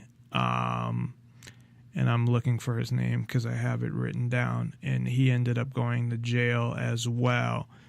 But he was a businessman, and I wasn't clear on if it was him who brought in the guys and negotiated, or it was the other guy. If it was this guy, Mark. But the other judge, or nevertheless, one of them or both of them helped negotiate to build a private prison. Michael Conan was the other judge. And he was they said he was the president judge. So, excuse me, it was one of these judges had a bunch of businesses, and I think it was Michael Conan who had a bunch of businesses and had connections to people that helped this deal get put together, where they actually built a private prison, and their whole thing was, well, the current prison, was shit. And I think it was Mark Shiverello who was pushing it. So it might have been his friend. There was one guy that was friends with one of them. I think it was him, who that's what he did. He might have been a building contractor or something like that. And he was the one who got the contract, got it built. And there was a scene where Mark said that because, the current jail we have now, is shitty and whatever. So this guy, this judge, would go to schools in the county, and he would tell them about this no tolerance policy. Now, he was elected in 95. In 99 was Columbine. in Colorado. Those who aren't familiar with it, which I'm sure everybody was where I believe it was 4 kids that I don't know the exact number who shot up a high school. And I think it was the first like major high school shooting you had in Texas in the 60s. The guy who was he killed like 20 people at the University of Texas, where he's shooting people off a roof or tower somewhere with a rifle, basically set up as a sniper. So this was, you know, of course, at the time, a huge thing, and they took this one incident, and of course, this is what they do. And even now, regardless of what people want to fucking say, your chances of getting killed in a school shooting are not, are probably the same as, you know, being struck by lightning. They're not, sorry, I'm making all this noise. They're not likely that it's going to happen, even though people will cite, well, there's all these school first of all, they misrepresent the amount of school shootings. The other thing is they fail to recognize, and it doesn't matter even if you count these the way they count them, but a lot of times, and years ago, they wouldn't even count these, like if they happened in a bad area where someone would bring a gun to school and they targeted a specific person. And that happens all the time, but they count those as like mass shootings or something, because occasionally a bullet, you know, they're not good shots and another person will get killed or hit or something like that. But with all that, it's still, your chances are still very low. And at that time, they were definitely very low. So he looks at this one shooting in Columbine, Colorado. It's not like it was, you know, down the street from him or even in the same state. He's looking at a shooting, you know, 2,000 miles away. And he might have already had this mentality prior anyway to this. And I think this is after Columbine, and I didn't know this, this is where I guess Eric Holder, and I don't think he was I know he was involved in the Clinton administration. So, yeah, Clinton was president in 99. Because they mentioned Eric Holder, but he wasn't the attorney general, I don't believe, but he was one of the, what do they call them? They have like a bunch of them. I don't know, they have a bunch of like people that work for the attorney general all over the country. And Eric Holder, I think he might have been the assistant attorney general actually. But they got $750 million to give to communities to hire police in the schools.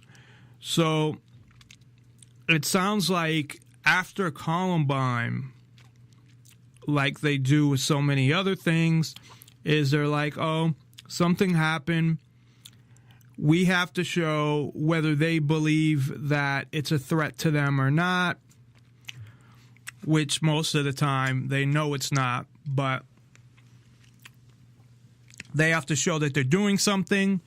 So what they do is they go and they do something to show the government's being active and they're doing something about it. So they gave $750 million to schools in the U.S., and this Mark Gorilla,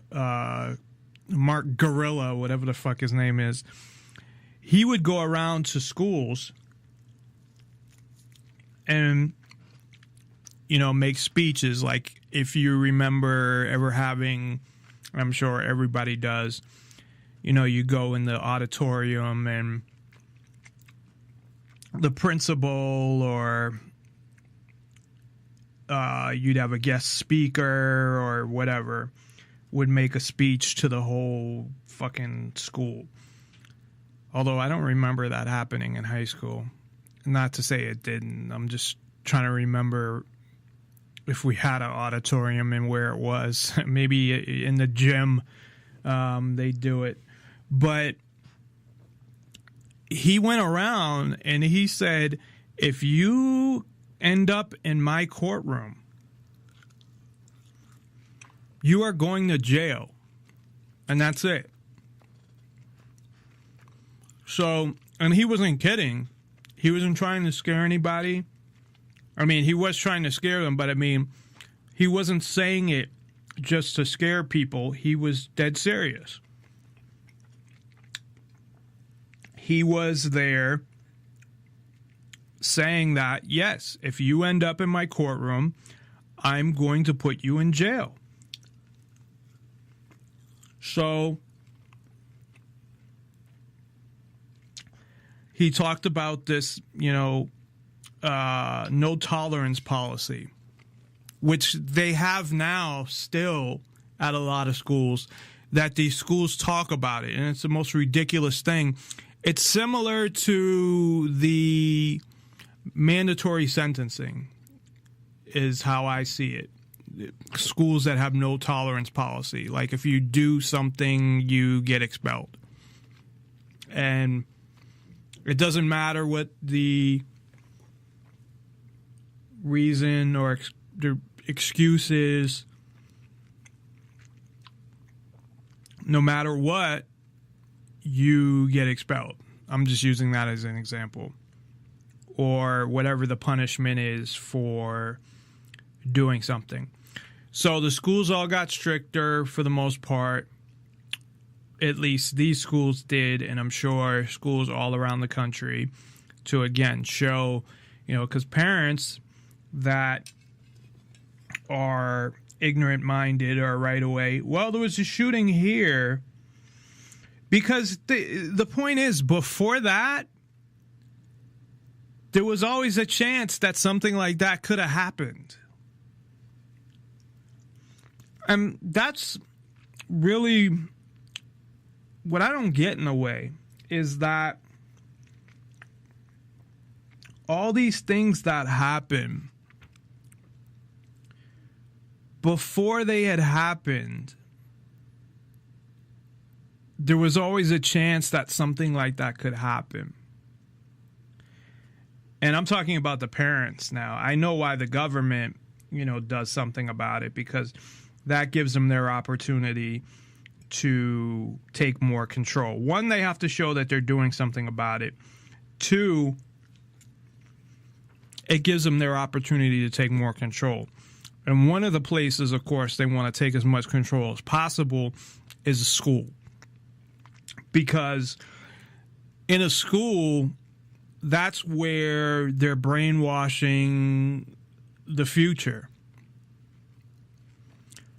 That's where they're trying to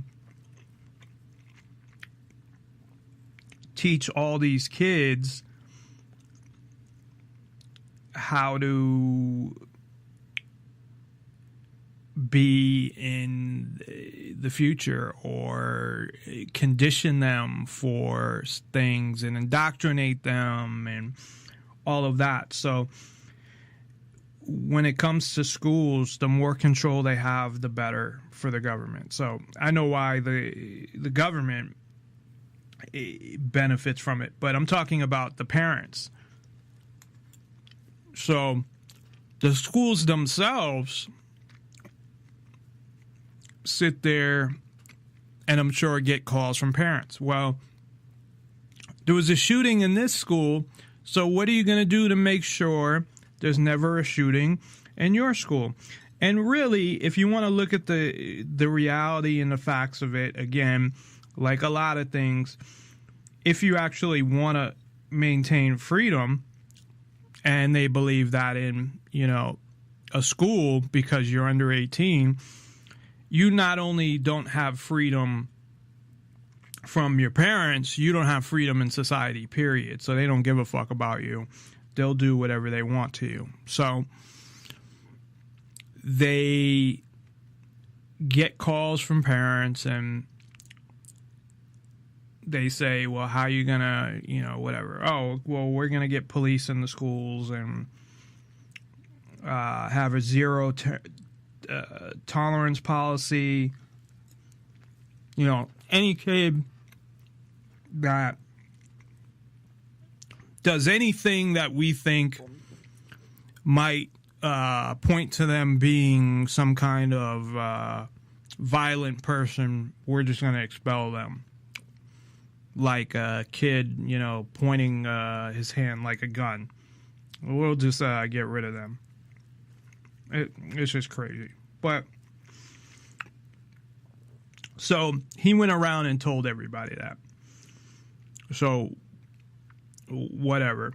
So they got this, private juvenile prison, which I don't know if it was like a prison per se.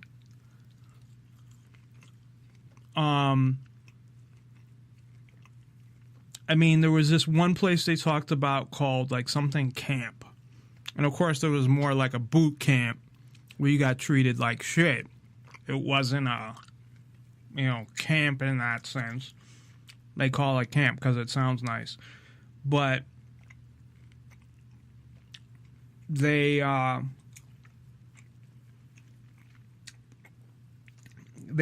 finished this prison, and I don't know if they had control of multiple prisons, and I would think they probably did, because if they're going to outsource, why would you just outsource one prison? It would make more sense to outsource all of them, which is probably what they did. They didn't mention that all the old prisons were outsourced as well, but I assume that they were. So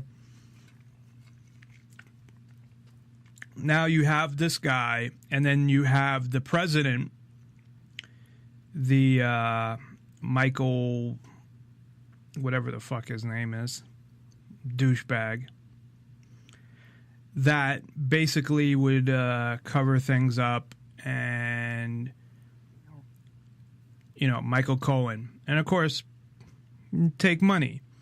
So what they started doing, now that they had police in the schools and they had their zero tolerance policy, they were arresting kids for ridiculous fucking shit. It was whatever it might be, things that schools in the past would normally handle. And I don't know if, the judges have relationships with police, first of all. Don't think that they don't. Don't think there's some separation between the police and the judge. They're all in cahoots with each other. And I'm sorry, I'm eating because if I don't, I'm going to pass out. They are. As I've said before, there's no separation of power in government. It's all government. It's like saying that there's separation of power in a small corporation. They're all that corporation. They all work for the same corporation. There's no checks and balances. There's no separation of power. No. The only separation of power, and I've mentioned this a few times, and this is really how it should be, to be honest, and how it was supposed to be, if you really look at the Constitution, is that if everybody was armed to the extent of the police at minimum, if not the military, and I'm not necessarily saying like nuclear weapons, but because that would just be pointless if you got to that point where you're dropping, there's a civil war and you're dropping nuclear weapons and you're destroying the country. So no matter who wins, I mean, you both lose. So if the people had the access to the weapons that the military did, that would be a separation of power. And like I said, I've said that before, it would usually end in standoffs, and that would be the whole point, is that, oh, you're violating our rights, you need to stop it, and they would stop it. Now, as I said before, of course, because they have the power to make laws, the government, they would somehow take that away, or they do something where they would get the advantage somehow and it wouldn't work. And that really, I think, is the only thing or only way that government could possibly work, is if people had essentially their own military that didn't come under the jurisdiction of the government, period. But I think what would happen is what I just said, that no matter what, because they're the ones making the laws, they'd either start banning certain things that the people had, or they'd figure out a way to give them some kind of advantage where they could get away with what they wanted to get away with and somehow eliminate that separation of powers. And how people have been convinced for hundreds of years now, I guess, that somehow having three branches of government is a separation of powers and a check and balance is crazy. And I don't give a fuck if you're talking about 1802 or now. Now, I think probably back then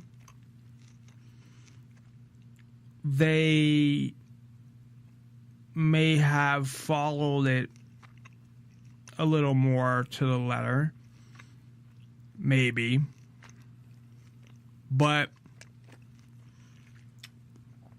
meaning that if that's not even true, because the Supreme Court was never supposed to have the job of ruling on whether something is constitutional or not. They just made that one up.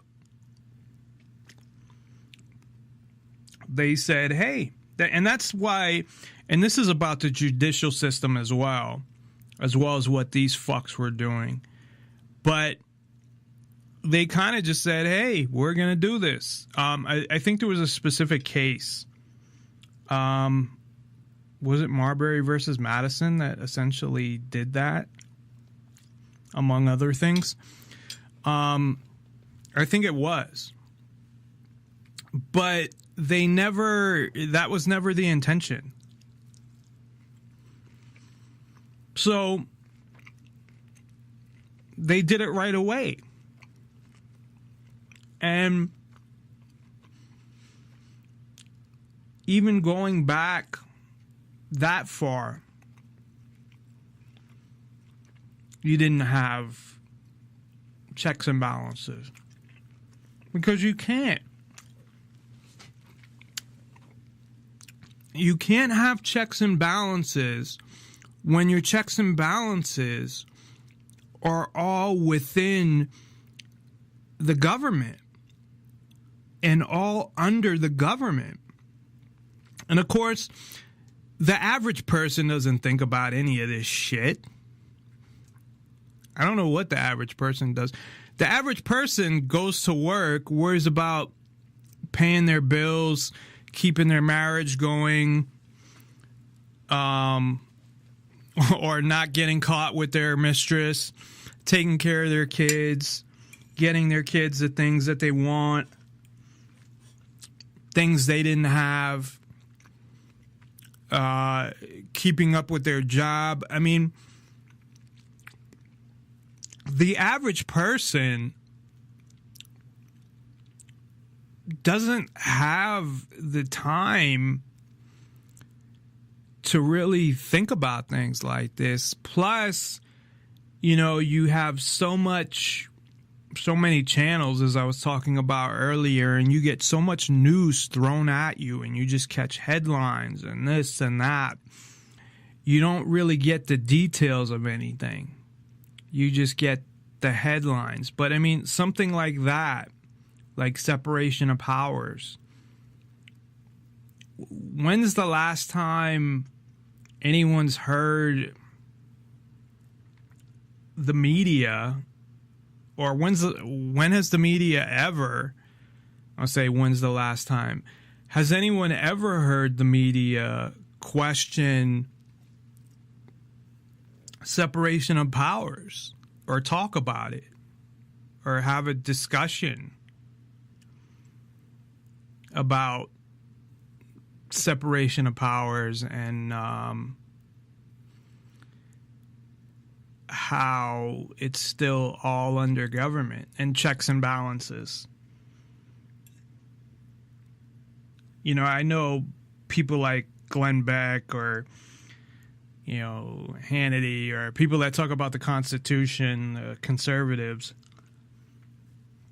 It might come up to them, and I believe I heard Glenn Beck, you know, say, yeah, we have checks and balances. Like, it's only to confirm the fact that checks and balances exist, separation of power exists, but it doesn't. And I wish I could think of a better analogy to explain it better, but it's like, I mean, if you take three people and you say, okay, you're in charge of the judicial system, you're in charge of the executive branch, and you're Congress. I mean, and you're all friends and you hang out all the time and whatever, and you're all part of the same team. I mean, it's not the best analogy, but that's like what it is.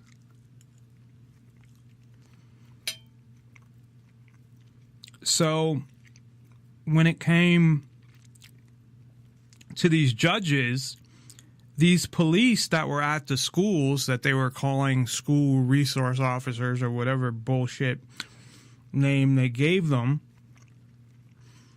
they, I'm sure, brought in cases for these guys. Well, it was really Mark Shiverello was the one who was actually doing it. The other guy covered it up and got money out of it because he was the president of the judges. So I'm sure that the police because even in one of the stories, so I mentioned this earlier, that I started to go into it and then said, well, I'll talk about it in detail later. So there was a girl who, her and her friends, and I don't know what happened to her friends. Maybe she's the only one who got in trouble, but that doesn't really make sense. But they don't mention her friends. They just, maybe because her friends wouldn't go on camera. But she's the one who really actually brought this guy down. Her lawyers, really her mother, her grandfather and her mother, because her grandfather helped as well, and he's the one who really pushed her mother. So they're really the ones who brought this fuckhead down. So what he was doing, I didn't even go into that, was he would take these bullshit crimes, and as he had said to them when he visited them in school, he would put them in jail for a few months. And what would happen is the prisons, because they were private prisons, and you know, one, they always have those contracts, you know, 90% capacity, but maybe he was trying to get them filled over that. And with juvenile prisons, I don't know how that makes money, and it's probably that they get paid by the inmate or something, because obviously if you have more inmates, it's something like, they gave a figure what it cost at least there for the juvenile inmates, and it was something like $88,000 a year. So they may get paid by the inmate while having to keep it at 90% capacity as well. And I don't know exactly how that worked, but so maybe for each inmate, they'd get, you know, $100,000 or whatever. So whatever they were getting, it was probably more than that if it was over a certain thing. I wonder what the specifics were and how they could afford to pay him, but they must have been getting a lot of money per prisoner if they were able to pay this guy the type of money, because they talked about, you know, at the end of this thing, I mean, these guys had like $2.6 million or something ridiculous. But I mean, that's over time. Yeah. It says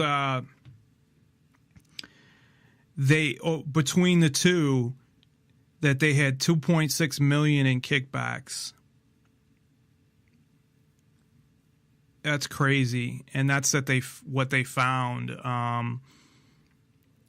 I don't know if they just found the records and that's how, because I'm thinking like, you know, obviously they spent some of the money, but maybe they just had found the records from the prison.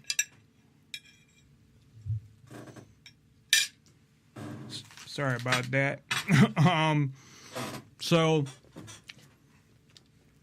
I don't know, again, how long that was over, what period of time. Maybe it was, because they got caught, I believe, in 2000. There was some stuff in 2005, so it must have been after the election. And I think they went to court in 2000. Maybe it was a couple of years. I know it was somewhere around there. So it was a couple of years after his second election. So say they were doing it maybe 7 years or something. I mean, that's still a lot of money over that amount of time. So for each inmate that he got sent there, they got a kickback. And I don't know how they split it or whatever. But so there was this girl who posted back then was MySpace. And that wasn't even that long ago. Poor MySpace guy. But anyway, so they essentially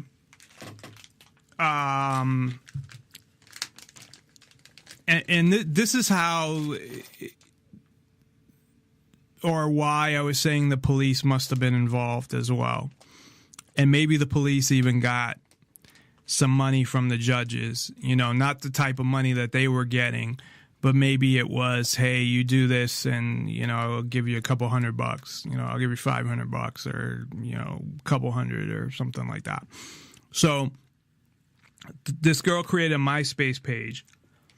She put a disclaimer on it as well, which was smart, just in case, you know, she didn't want to get any trouble.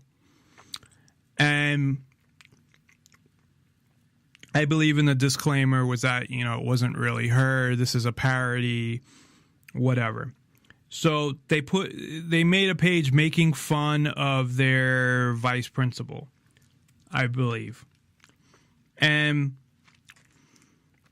so they get a call at the house from a police officer, and I guess the mother answers the phone, asks the daughter about MySpace, and, you know, she's like, she asked if she had a MySpace page or whatever, and, you know, she's like, why? And told her that there's a cop on the phone, they're going to come and arrest her for her MySpace page. Now, first of all, that, of course, violates freedom of speech right away. And she put a disclaimer on it as well. So if you want to, I mean, the only case you would have, which it'd be very hard to prove, would be a civil suit. And it would be, you know, a defamation or libel.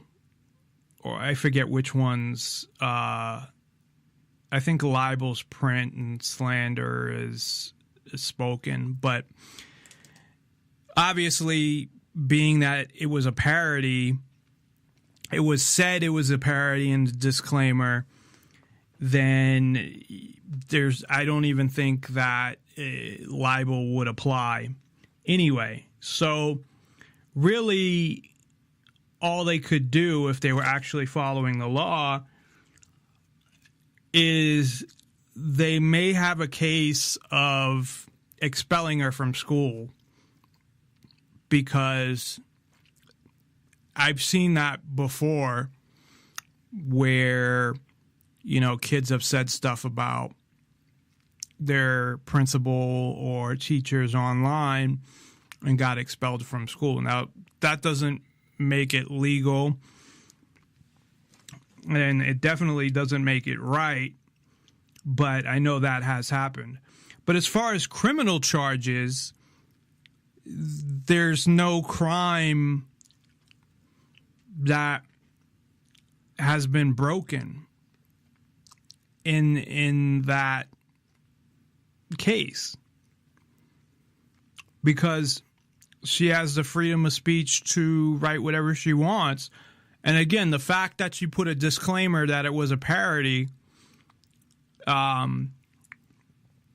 which she didn't even have to do, but that was smart to do, being that it was her vice principal and, you know, she didn't want to get in trouble if they had found out.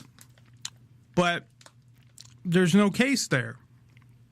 So the cop says to the mother, because they said they were going to call a lawyer, and he says, I'm going to come over right now to arrest your daughter.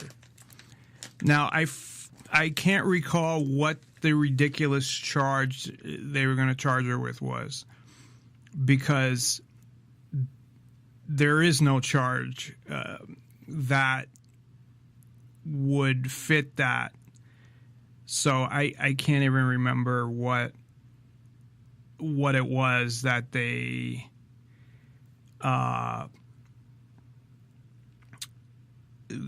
had charged her with, because I hadn't written down the individual examples. I wasn't going to really go through those in detail.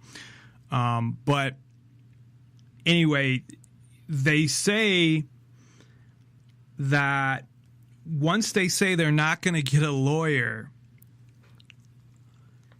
then the cop says, okay, he ultimately says that he doesn't have to come down there and he'll send a summons. So the judge didn't want any lawyers involved. Obviously, because what he was doing was fucking illegal on so many levels. Because, you know, one, he's getting the kickbacks, but he's charging people with things that aren't even crimes. How he even got away with that. See, this went on for years. And how the fuck could you get away with that shit? It shows, one, where the checks and balances. But it shows how fucked up the system is and how many people, I mean, this is one guy that got caught. Or one, you know, if you want to call it a ring. I mean, it was two guys. But one incident of, not incident, but one, one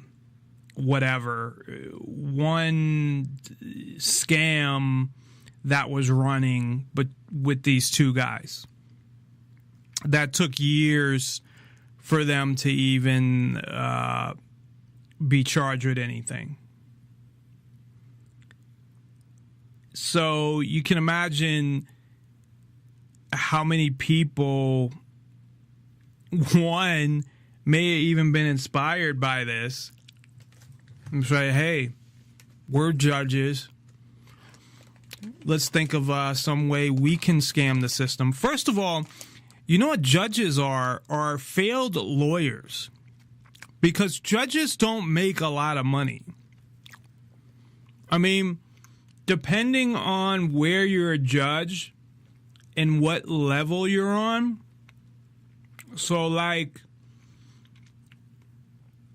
depending on, you know, are you a circuit court judge? Are you a federal prosecutor? Not federal prosecutor. That's not a judge. The federal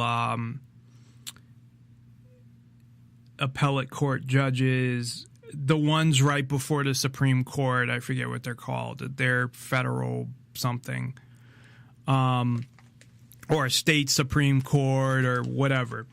Depending on what level you're at and what type of job, I mean, obviously, the higher you are, the more money you make. But if you're a really good defense attorney, you can make more money than probably what the Supreme Court is paid, which I believe is public information, so I can look that up. But, I mean, you look at the best defense attorneys in the country, I mean, they're probably making, 20, 30 times what the Supreme Court makes. And this is just a total speculation, but they're making, good defense attorneys or great defense attorneys are making millions of dollars. You know, I keep thinking of like Johnny Cochran, who's dead now, but, those type of guys. And even pretty good ones, might be making $200,000, $300,000 a year. And then, of course, you have a lot of struggling lawyers that aren't making shit. So for every lawyer that's really successful, you probably got, 3 or 4 that are not. But that's where it's, hey, why don't I run for the local judge? Like the fucking judge that I had to deal with, the piece of shit, who I think, did I miss his reelection? I think he's up for reelection this year. and I can picture his fucking goofy ass face, but I can't think of his name right now. Anyway, you know, he's a piece of fucking shit. But for a job like that, he's a judge in the city court. The only criminal he deals with is minor misdemeanors, and then deals with, I think, family stuff, and I don't know. He deals with a whole bunch of shit, but it's like all minor. You know, it's like a low judge position. So you're going to tell me that if you were a good lawyer that could make, and I can find out what he makes because it's all Transparency Nevada shows the salaries. I think I did. I think it was like 60 grand. I think he made, because I remember him, I believe, making less than me. And, you know, even my lawyer, who didn't do a very good job, obviously, because I would have got off. And this is for the obstruction of an officer, where I got ripped out of my car for no reason and thrown on the ground. I got bruises all over me. Well, ripped out of my car just because I questioned why I was being asked to get out of my car. So obviously this guy can't make it as a lawyer, so he ran as a judge and won. So that's really what fucking judges are anyway. So anyway, the girl, once she said she didn't, her mother said that they wouldn't hire a lawyer, they were going to get something in the mail. And I guess it took a long time. They finally got something in the mail. And then she went to court, and they thought it was going to be like community, like she was going to plead guilty to some bullshit charge, and she was going to get community service and, you know, probation or something like that. She ends up going to jail. Going to, I don't know if she went to the camp or the actual jail, and I believe it was for like 3 or 4 months. I mean, all these people that they showed, and I'm sure in the documentary they went through a bunch of the cases of people that were willing to talk about it. And some of them went for years. Because they'd show the initial date, and then they'd show the get out date, and I'm like, what the fuck? There was one kid who, and this really fucked up his life, because later he got into drugs and whatever, but he had a bike that they claim was stolen. His parents gave it to him, and they had bought it from a relative, and they arrested his parents as well. They never actually said what happened with his parents, but if the parents admit that they gave the bike to him, I don't see why they wouldn't let him go there. But of course, he went to jail, and he went for a while. There was another kid. So this is really fucked up too. And before I move forward, getting back to the cop, that cop, once they said that they weren't going to hire a lawyer, changed his tune, where he was saying he was going to come and pick her up and arrest her right there. Obviously, he knew to do that. So he obviously had something going on with the judge at that point where, you know, he was doing what the judge says. Because think about it. The judge, they say they're not going to hire a lawyer, and then he says, oh, well, I don't have to pick you up now? Did he come up with that on his own? Like, why would you just say that? So obviously, and of course, they never went after any of the cops, but obviously, he was in on something.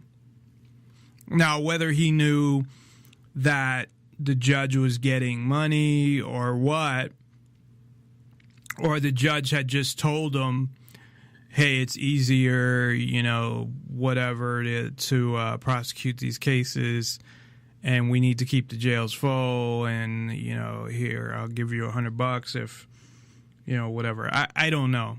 But obviously the cops are corrupt in this situation as well. So the last specific case I'm going to talk about, because we're running out of time, I definitely got to go at 10, is there was a kid who got into trouble a few times, but the initial time he had never gotten in trouble. And I think because of this, he was very resentful, and then I believe he did actually get in trouble. But he was a wrestler. And this is really sad, and at the same time, the parents really pissed me off, and they did something, and you'll see why when I get to this part of what happened, or the mother, because I think she kind of blames herself. So the father couldn't find the kid. He was friends with some cops. So, and I believe he told the mother he was doing this. And I guess he skipped school or something and went to, he might have not have skipped school. He might have just been there. But I think he did. I think he skipped school and went to a drinking party, they called it. So, skipped school, went to a party and to drink. Which, whatever. He was in high school. You know, I don't think it's a big deal. If you did that every day, yeah, but... So, whatever. So, he did that. So, what the father did, the fuckhead that he was, he asked the cops to plant, like, a pipe on him. Like some drug paraphernalia. Because it must have been illegal there. At least at the time. I don't know if... I know Tommy Chong went to jail for... really to save his son from going to jail. But for bongs, selling bongs, this is ridiculous. But anyway, I don't know if they're still illegal now because of all the legalized marijuana. But at the time, I guess they were.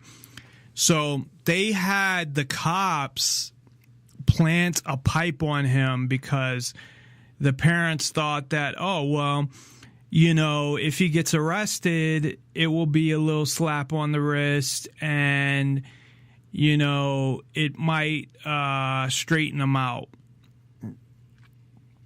And that sounds like something my father would say, to be honest. And this is a mentality of fucking fucked up parents. This is just, to me, fucked up on so many levels. And I talk about how important it is to bring your kids up following peaceful parenting and non-discipline and all of these things. Because otherwise you grow up, your kids grow up essentially ready for the state to take over as their new parent, which the state is partially their parent during that whole time anyway. So they did that. The fucking cops, first of all, planted a pipe on them. So they were corrupt. And he ends up in that judge's fucking court and ends up going to jail. And then I think after that, his mother was saying that he totally changed and he might have went to jail again. I don't know if it was that he went to jail for a long time on that case, and that might be actually what happened. I'm trying to remember when they had the pictures out and the dates there, but he might have been one of the ones who was sentenced for like years, because these sentences that they have in the courts, like the sentence guidelines, they allow judges to give ridiculous amounts of time. It's just, it's the whole fucking system is just so fucked up. It's frustrating to me. I wish I had more time to talk more about it. I mean, I've talked about it in the past, but I have just so much more to even say about it. But so he ends up killing himself,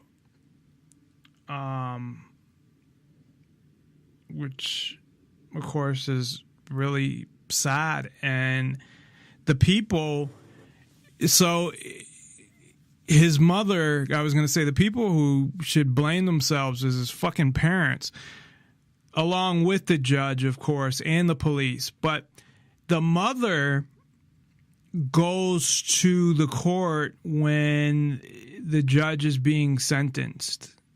And he was sentenced twice. The first time, I think he basically got off with a lighter sentence. And then they might have charged them with another crime.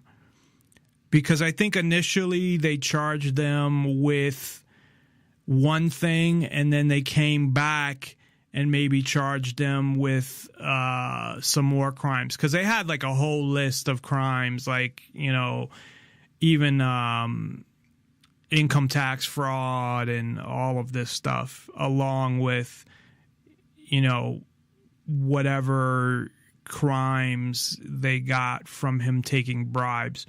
But the mother flips out, starts yelling at the judge and how he said about being accountable and all this shit. And now he has to be accountable. And, you know, I was thinking, I didn't realize at the time that was the same mother. But then after, I was thinking that she blames herself. And that's partially why she went after him, I think. But she should, because look what they did. I mean, why would you do that to your kid anyway, number one? Because you think that it will straighten them out. And they said how he was a wrestler. He was wrestling since he was a kid. And it's his life. I mean, he was like fucking 17 already. I think he was even in jail. He was in a juvenile jail and he was over 18, or I think maybe they can keep you till you're 21. Maybe that's why. But it's crazy. So we don't have a lot of time left. What happened was the judge who was doing all the sentencing, Mark Shiverello, ended up getting 28 and a half years in jail in federal prison. And he actually went to trial and was found guilty. And then the other guy that tried to cover it up, the Michael Conahan, who was getting money from it too, and was the president judge, got sentenced to 17 and a half years in prison and had to pay $874,000 in restitution. Also during that time, I had mentioned Eric Holder and the $750 million. In 2012, Obama gave another $125 to hire even more police. And now, I mean, all these schools are filled with whatever the fuck they call them. But they have essentially police stations and courts almost. I mean, they don't have a court, but in this school, they had probation at the school. It's crazy, you know, and they talk about the school to prison pipeline. I mean, essentially, you're in prison when you're in school during the day. On one of the clips that had talked about a fourth grader being arrested for making a bow and arrow motion with his hands. There was a kid arrested because they found a leaf in a bag, but it wasn't any drug. There was a story in Minnesota that I had posted earlier today that I wanted to mention real briefly, and that's probably all the time we're going to have left, unfortunately. But in Minnesota, they have cameras. First, you have like a card to enter. They have cameras, 40 security guards. This is in St. Paul, I guess Minneapolis, St. Paul, the Twin Cities. 40 security guards, 10 police patrolling the halls. And I don't know why people don't just pull their kids right out of school. I don't get it. And I know people have two jobs, not two jobs, but both parents work. But as I had mentioned before, I'm sure there's plenty of like-minded people that would like to pull their kids out of school as well. And you come up with a plan, get a group together, and, you know, maybe some of you work different hours, or you can hook up with somebody who is a stay-at-home wife, and everybody else can chip in to pay her. You know, you figure it out. And it's getting out of hand. Kids are just getting brainwashed. They're ending up in jail. A lot of them actually are. Not necessarily jail like to this extreme with this guy, but they are getting arrested for ridiculous things that happen in school. So they get fingerprinted. They get that on file. And they get a record, although, you know, juvenile record isn't a big deal, but don't think that judges don't have access to it, because they do, because I thought it was totally sealed. And then they pulled it out later after I wasn't a juvenile anymore. We'll just put it that way. And that was crazy. And I don't even consider it. It's not my record. It's the record that the fucking government holds on me. But it's ridiculous. The whole system is ridiculous, and there are no checks and balances. There is no freedom. And I don't mean to be negative and sit here and make people sad or whatever. I mean, there's things you can do to make things better, but I don't know how long that's going to last. I really don't. You see all the technology and all of this stuff, and you realize that the government can get away with whatever they want. They can kill you and, you know, get away with it like it's nothing. And there's no checks and balances when it comes to the people. The people, that bullshit that people say, well, we are the government. No, we're not. But I don't know. One of the things, though, that people can do, and they don't even have to violate the law to do it, is take your kids out of school. I wish that we could start a national campaign. Obviously, you know, I'm not well known enough, not even close, but to homeschool and to pull all your kids out of school, you know, and have group homeschools. Like I said, everybody in a neighborhood get together, or it doesn't have to be a neighborhood because you probably want more like-minded people. You want to teach your kids the similar things. But that's something that you can do. You can say fuck you to the government, and you don't have to get their permission, and they can't stop you. So, you know, it's within your legal right.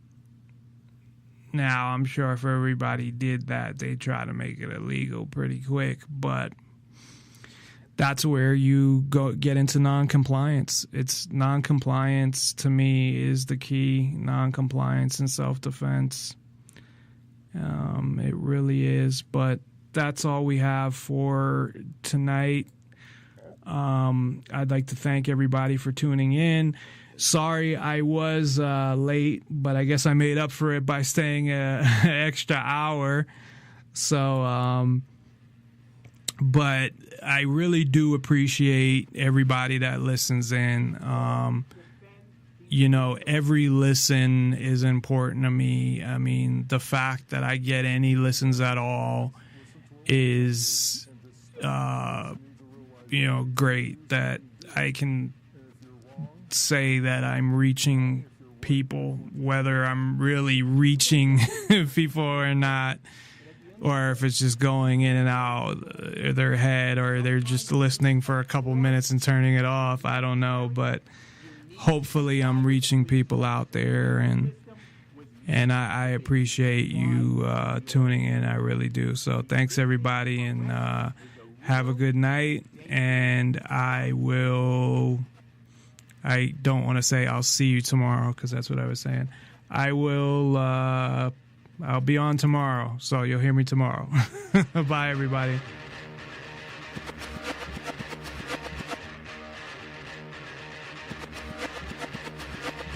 Schmitter, how he ended up going to jail for almost 6 months based on things that were said in court. The judge fuckhead, I forget his name, the judge on the Casey Anthony case said that he couldn't hand out, it was violating his freedom of speech, flyers on jury nullification, and you couldn't hand it out in a certain place or to potential jurors. There was one of the counts that were overturned, and there was one that wasn't, but he still ended up spending 6 months in jail. And listen to how ridiculous this is. And this is in Florida, in Orlando. He had to pay $7 a day. This is what, I didn't get this directly from him, but his friend, unless he got it wrong, but he had to pay $7 a day to be in jail. And I'm like, how the fuck do you pay? So what happens when you get out of jail? because obviously you're not making any money in jail. So if nobody's paying that money for you, and you think about that, $7 a day, oh, that's not a lot. Well, that's $210 a month. Now, if you're in jail for like 10 years, I mean, that shit can add up. Because 210 would be, what, 2,000, like almost 2,500 a year. So would they put you back in jail? Because this is the logic of the U.S. government and governments in general, that they would probably put you back in jail because you owe money for being in jail, and then you would just never get out of jail because you'd never be able to pay your money back. And then they pay you, 50 cents or whatever a day to make license plates or some bullshit. But anyway, speaking of, that all came from judges, but usually you have to be in their court for them to make rules. But the fact that they can make a rule in their court, you think about that. And as I've said, I talked about this before, and I was very passionate about how fucked up I thought it was when I had talked about it before, that a judge can make a ruling, not a ruling, but issue a rule, I guess, not ruling, but issue anything that affects people that aren't in his court. Where's the jurisdiction? It's so somebody had said, I believe it was Thursday, when we had sorry, my mind is totally blank because I just woke up from Leap. I feel so bad because he was such a nice guy that I can't think of his name right now. I know it starts with a B, but I'll think it will come to me in a second. But we had him on, and he said something about Hillary said that the whole justice system needs to be redone and whatnot. Now, she's not thinking in the way that I am. She's thinking in the way that, make sure you arrest more white people and everything is even and bullshit like that or whatever, or the type of stuff that she would think should be reforms in the justice system would not be freedom oriented. There's just no way. But he had brought up that she had said something about revamping the whole justice system, and I'm like, damn, that's actually something I agree with. The court system is so fucked up. This whole thing that people say the greatest system in the world. Now, first of all, how can you make a statement like that unless you've lived in the majority of the country? We will defend these police officers. Listen to police officers' commands, listen to what we tell you, and just stop. The nation needs to realize that when we tell you to do something, do it. And if you're wrong, you're wrong. If you're right, then the courts will figure it out. We don't get to pick the laws. We enforce them. But at the end of the day, each and every member is to go home safe. Sometimes the use of force is necessary. You need to comply with the police officer the way the system was meant to be. Comply with the orders of police officers. Resisting arrest is a real and dangerous crime. Nonpartisan Liberty for All. I'm your host, Dave Bourne, and I just literally got up. I laid down for, a minute. I only meant to lay down for like 5 minutes, and I wake up and I'm like, fuck, the show's on. So I apologize for being 5 minutes late. I'm lucky I'm only 5 minutes late. I could have been a lot later. And I was organizing my notes, which I didn't get to finish doing, but that's all right. We got a lot of information to talk about tonight. Thank you for tuning in to Nonpartisan Liberty for All. I'm your host, Dave Bourne, and it is July 26, 2016, and we're coming to you live from Las Vegas, Nevada. Thank you for tuning in to Nonpartisan Liberty for All. We're on weeknights, Tuesday through Thursday at 7 o'clock Pacific, 10 o'clock Eastern, and you can listen live on Spreaker.com and NonpartisanLibertyForAll.com, and to the archives immediately following the show on Spreaker, YouTube, Twitter, Tumblr, and SoundCloud, as well as the next day on Stitcher or iTunes. On Nonpartisan Liberty for All, we promote the ideas of true freedom and liberty, as well as self-ownership, meaning being able to do whatever you want as long as you respect the freedom of others and don't directly interfere with their freedom, exposing government for what it is, a mafia based on extortion that rules without consent, by threat of force and violence. So I'm sitting here kind of trying to wake up. Tonight we'll be talking all about what they called Cash for Kids, which in thinking about it, it's a bad name, because if you just hear like Cash for Kids, most people probably have no fucking idea, unless you know what I'm talking about or you read the description to the show or something like that. You have no idea like what I'm talking about. You think like what people are selling babies or something along those lines. But Cash for Kids had to do with a private prison paying judges. And there's only one instance that we're going to talk about, but I'm sure it went on in all over the country. I mean, usually there's always somebody who takes the fall or who gets thrown under the bus or whatnot.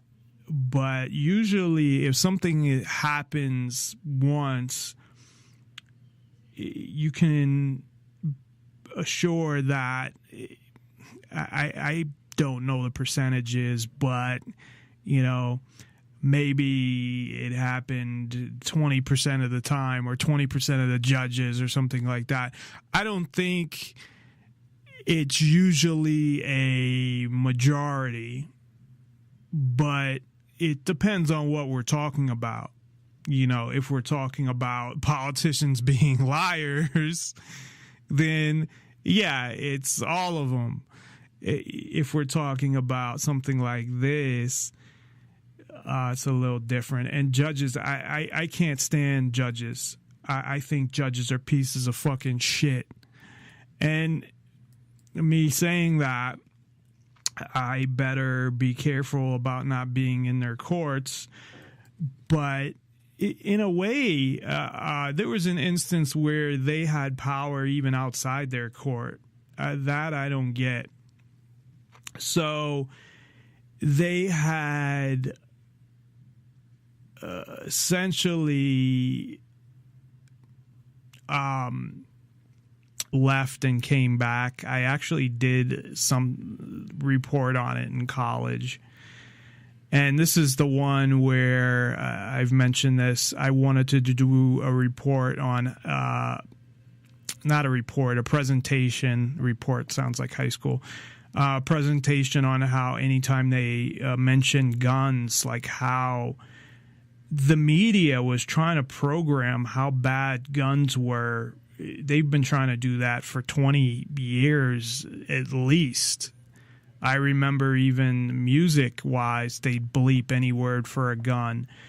So I was trying to do a presentation on anytime the way they portray guns in the media, and I lived in Boston at the time, and I went to Emerson College, which is it's a communication school. It's film, media. It's a really good school for communications. It's not, top tier, but it's probably a second tier school. I mean, if you'd say that like USC film school or something, or NYU film school is top tier, like those type of schools are top tier, or UCLA, it's, below those obviously, but it's probably, a second tier school below those. So it's a good school. I mean, I had to go to community college first to get my grades up, and I did. I got, I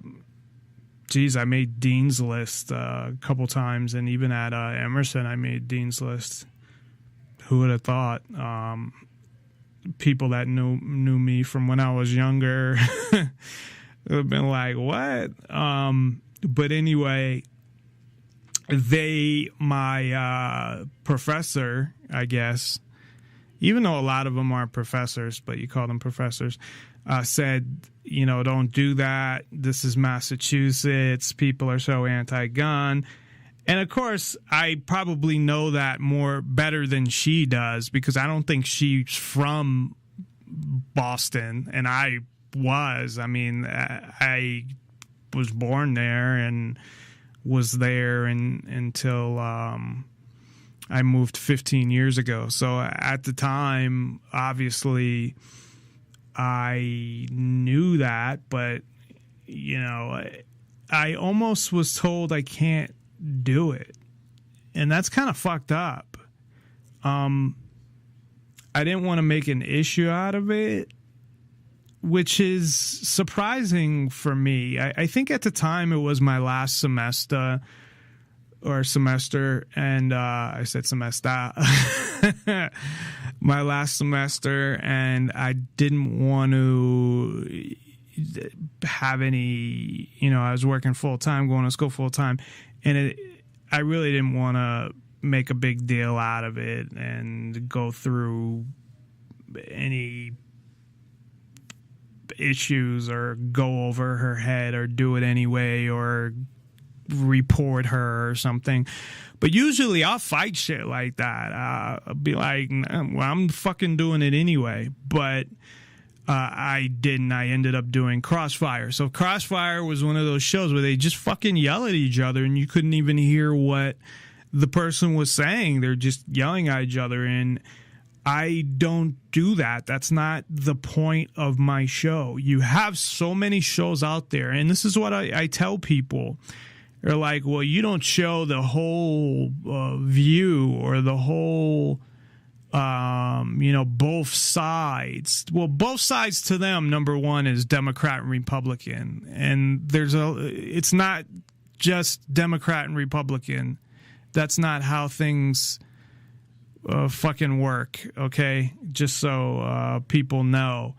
No, I show the side of freedom, and I'm not shy about it. I don't come off like I'm not biased in my opinion, but I'm consistent in my opinion. I don't follow a political party and their message and say, oh, well, if they go this way, I have to follow them and support them, which so many radio hosts do. And I could name a whole bunch. Even especially those fucking progressives that were on Sirius, man, they would just follow whatever the Democratic Party said and would defend them no matter what and all this shit. So I have nobody to defend because I'm not part of any party. I'm not part of any group. I don't have to be. During the Casey Anthony trial, those that don't know, Casey Anthony she was well, she still is, I guess. She's still alive, as far as I know. She was accused of killing her daughter. And for some reason, it was one of those trials that was followed all over the country. You know, you think about that, like, what makes a trial one of those trials that becomes a national sensation or something like that? I mean, part of it was people thought she was cute, although I didn't think she was that cute. She was young. She had reported her daughter missing. If I remember correctly, she was out partying or something the night that either she reported her daughter missing or after her daughter was, I don't know. So you have these trials. It's like shit on the internet that goes viral. Like, how do you determine what does and what doesn't? And I always think that, you know, I'm conspiratorial. I always think, you know, that a lot of these things happen for a reason and there's things behind it. Not necessarily in this case, but I don't know. It's just a side there that who determines what the ratings, well, because I think also ratings factor into it barely anymore, because the amount of people that for a show or a network to be successful has totally changed. I remember talking about this on the show one day, or just mentioning it, that I don't know what show, it might have been Glenn Beck said this, that Ally McBeal or something they were talking about it getting canceled. I don't know why they were talking about Ally McBeal. There was some reason they were talking about it. And they were saying that if it was around now, it would be like the number one show in most of its seasons. But it was like number 30 or something and ended up getting canceled because of that. So the point being that we have, and sometimes this is fucked up because I don't know what the fuck to watch, and I have all these channels. I mean, I pay like a lot of money for, and I was just going to say, I pay a lot of money for DirecTV, and there's a whole bunch of channels I don't even get. And I'm like, what fucking package is that I don't get those fucking channels? Is that because I don't have the fucking $350 package or something?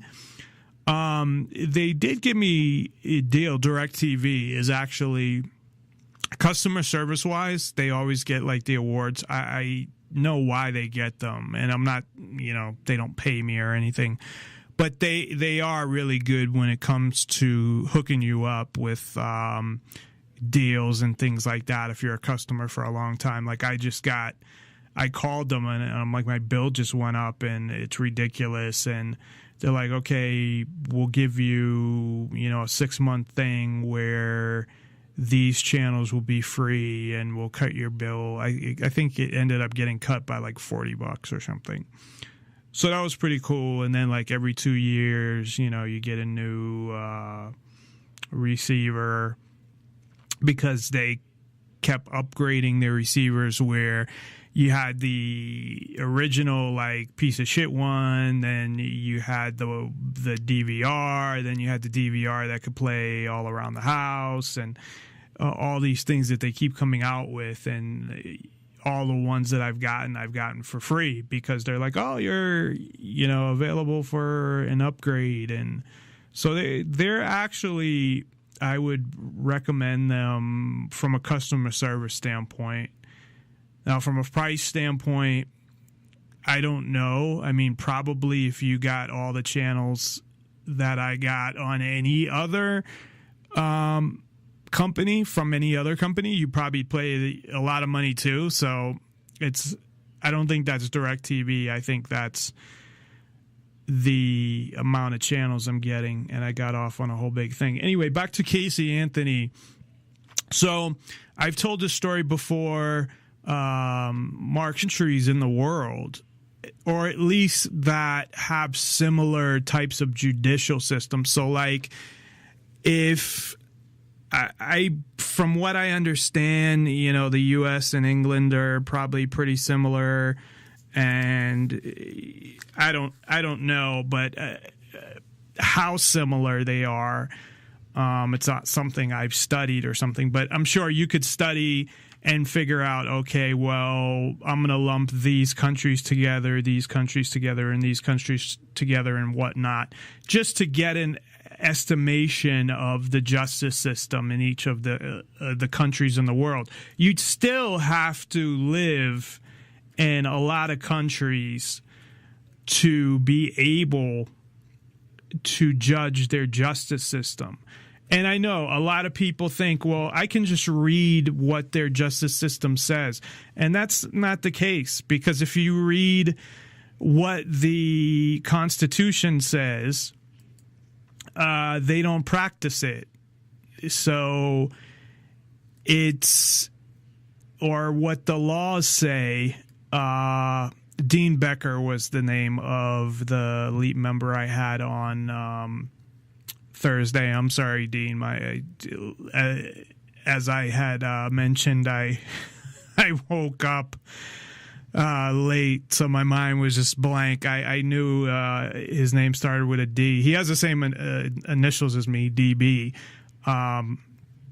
But if you missed that show, go to Spreaker.com or go to nonpartisanlibertyforall.com, and you can actually listen to it there now, too. I posted it up there. But there's a list that you can find there, places to listen to it. At least listen to the interview with him. It's about an hour, and then I do the rest of the show. But he did a great job. He was entertaining. He had a lot of good things to say. And I mean, those are the type of interviews I like doing, to be honest, because the show is about promoting the ideas of freedom and liberty. It's not about having people on and having arguments.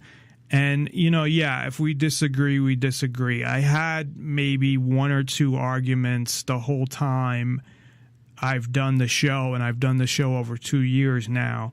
And one, I was trying hard to get to the point of what we were trying to talk about, and I just was like, fuck it. And I wasn't mean. I didn't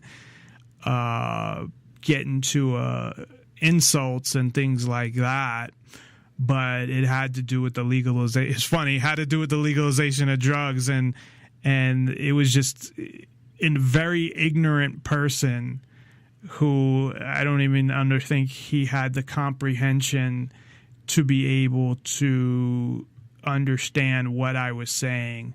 And it was just like going in circles, and it's like, all right, man, that's it. I gotta go. That interview is actually posted, I think, on YouTube and in the archives as well. It's I can't remember the guy's name because I really don't give a fuck. He had his 15 minutes of fame just because he filmed a police stop where really it wasn't even a big deal. I mean, I was abused worse by the police than he was. I just didn't have it on camera. But there was a police stop, and they harassed him, and, you know, nobody got beat up or dragged out of a car or anything like that. And he actually got to leave at the end, too. So it wasn't really that bad. It just showed that the police were liars and assholes, and that the dog tapped on their car to search it when, you know,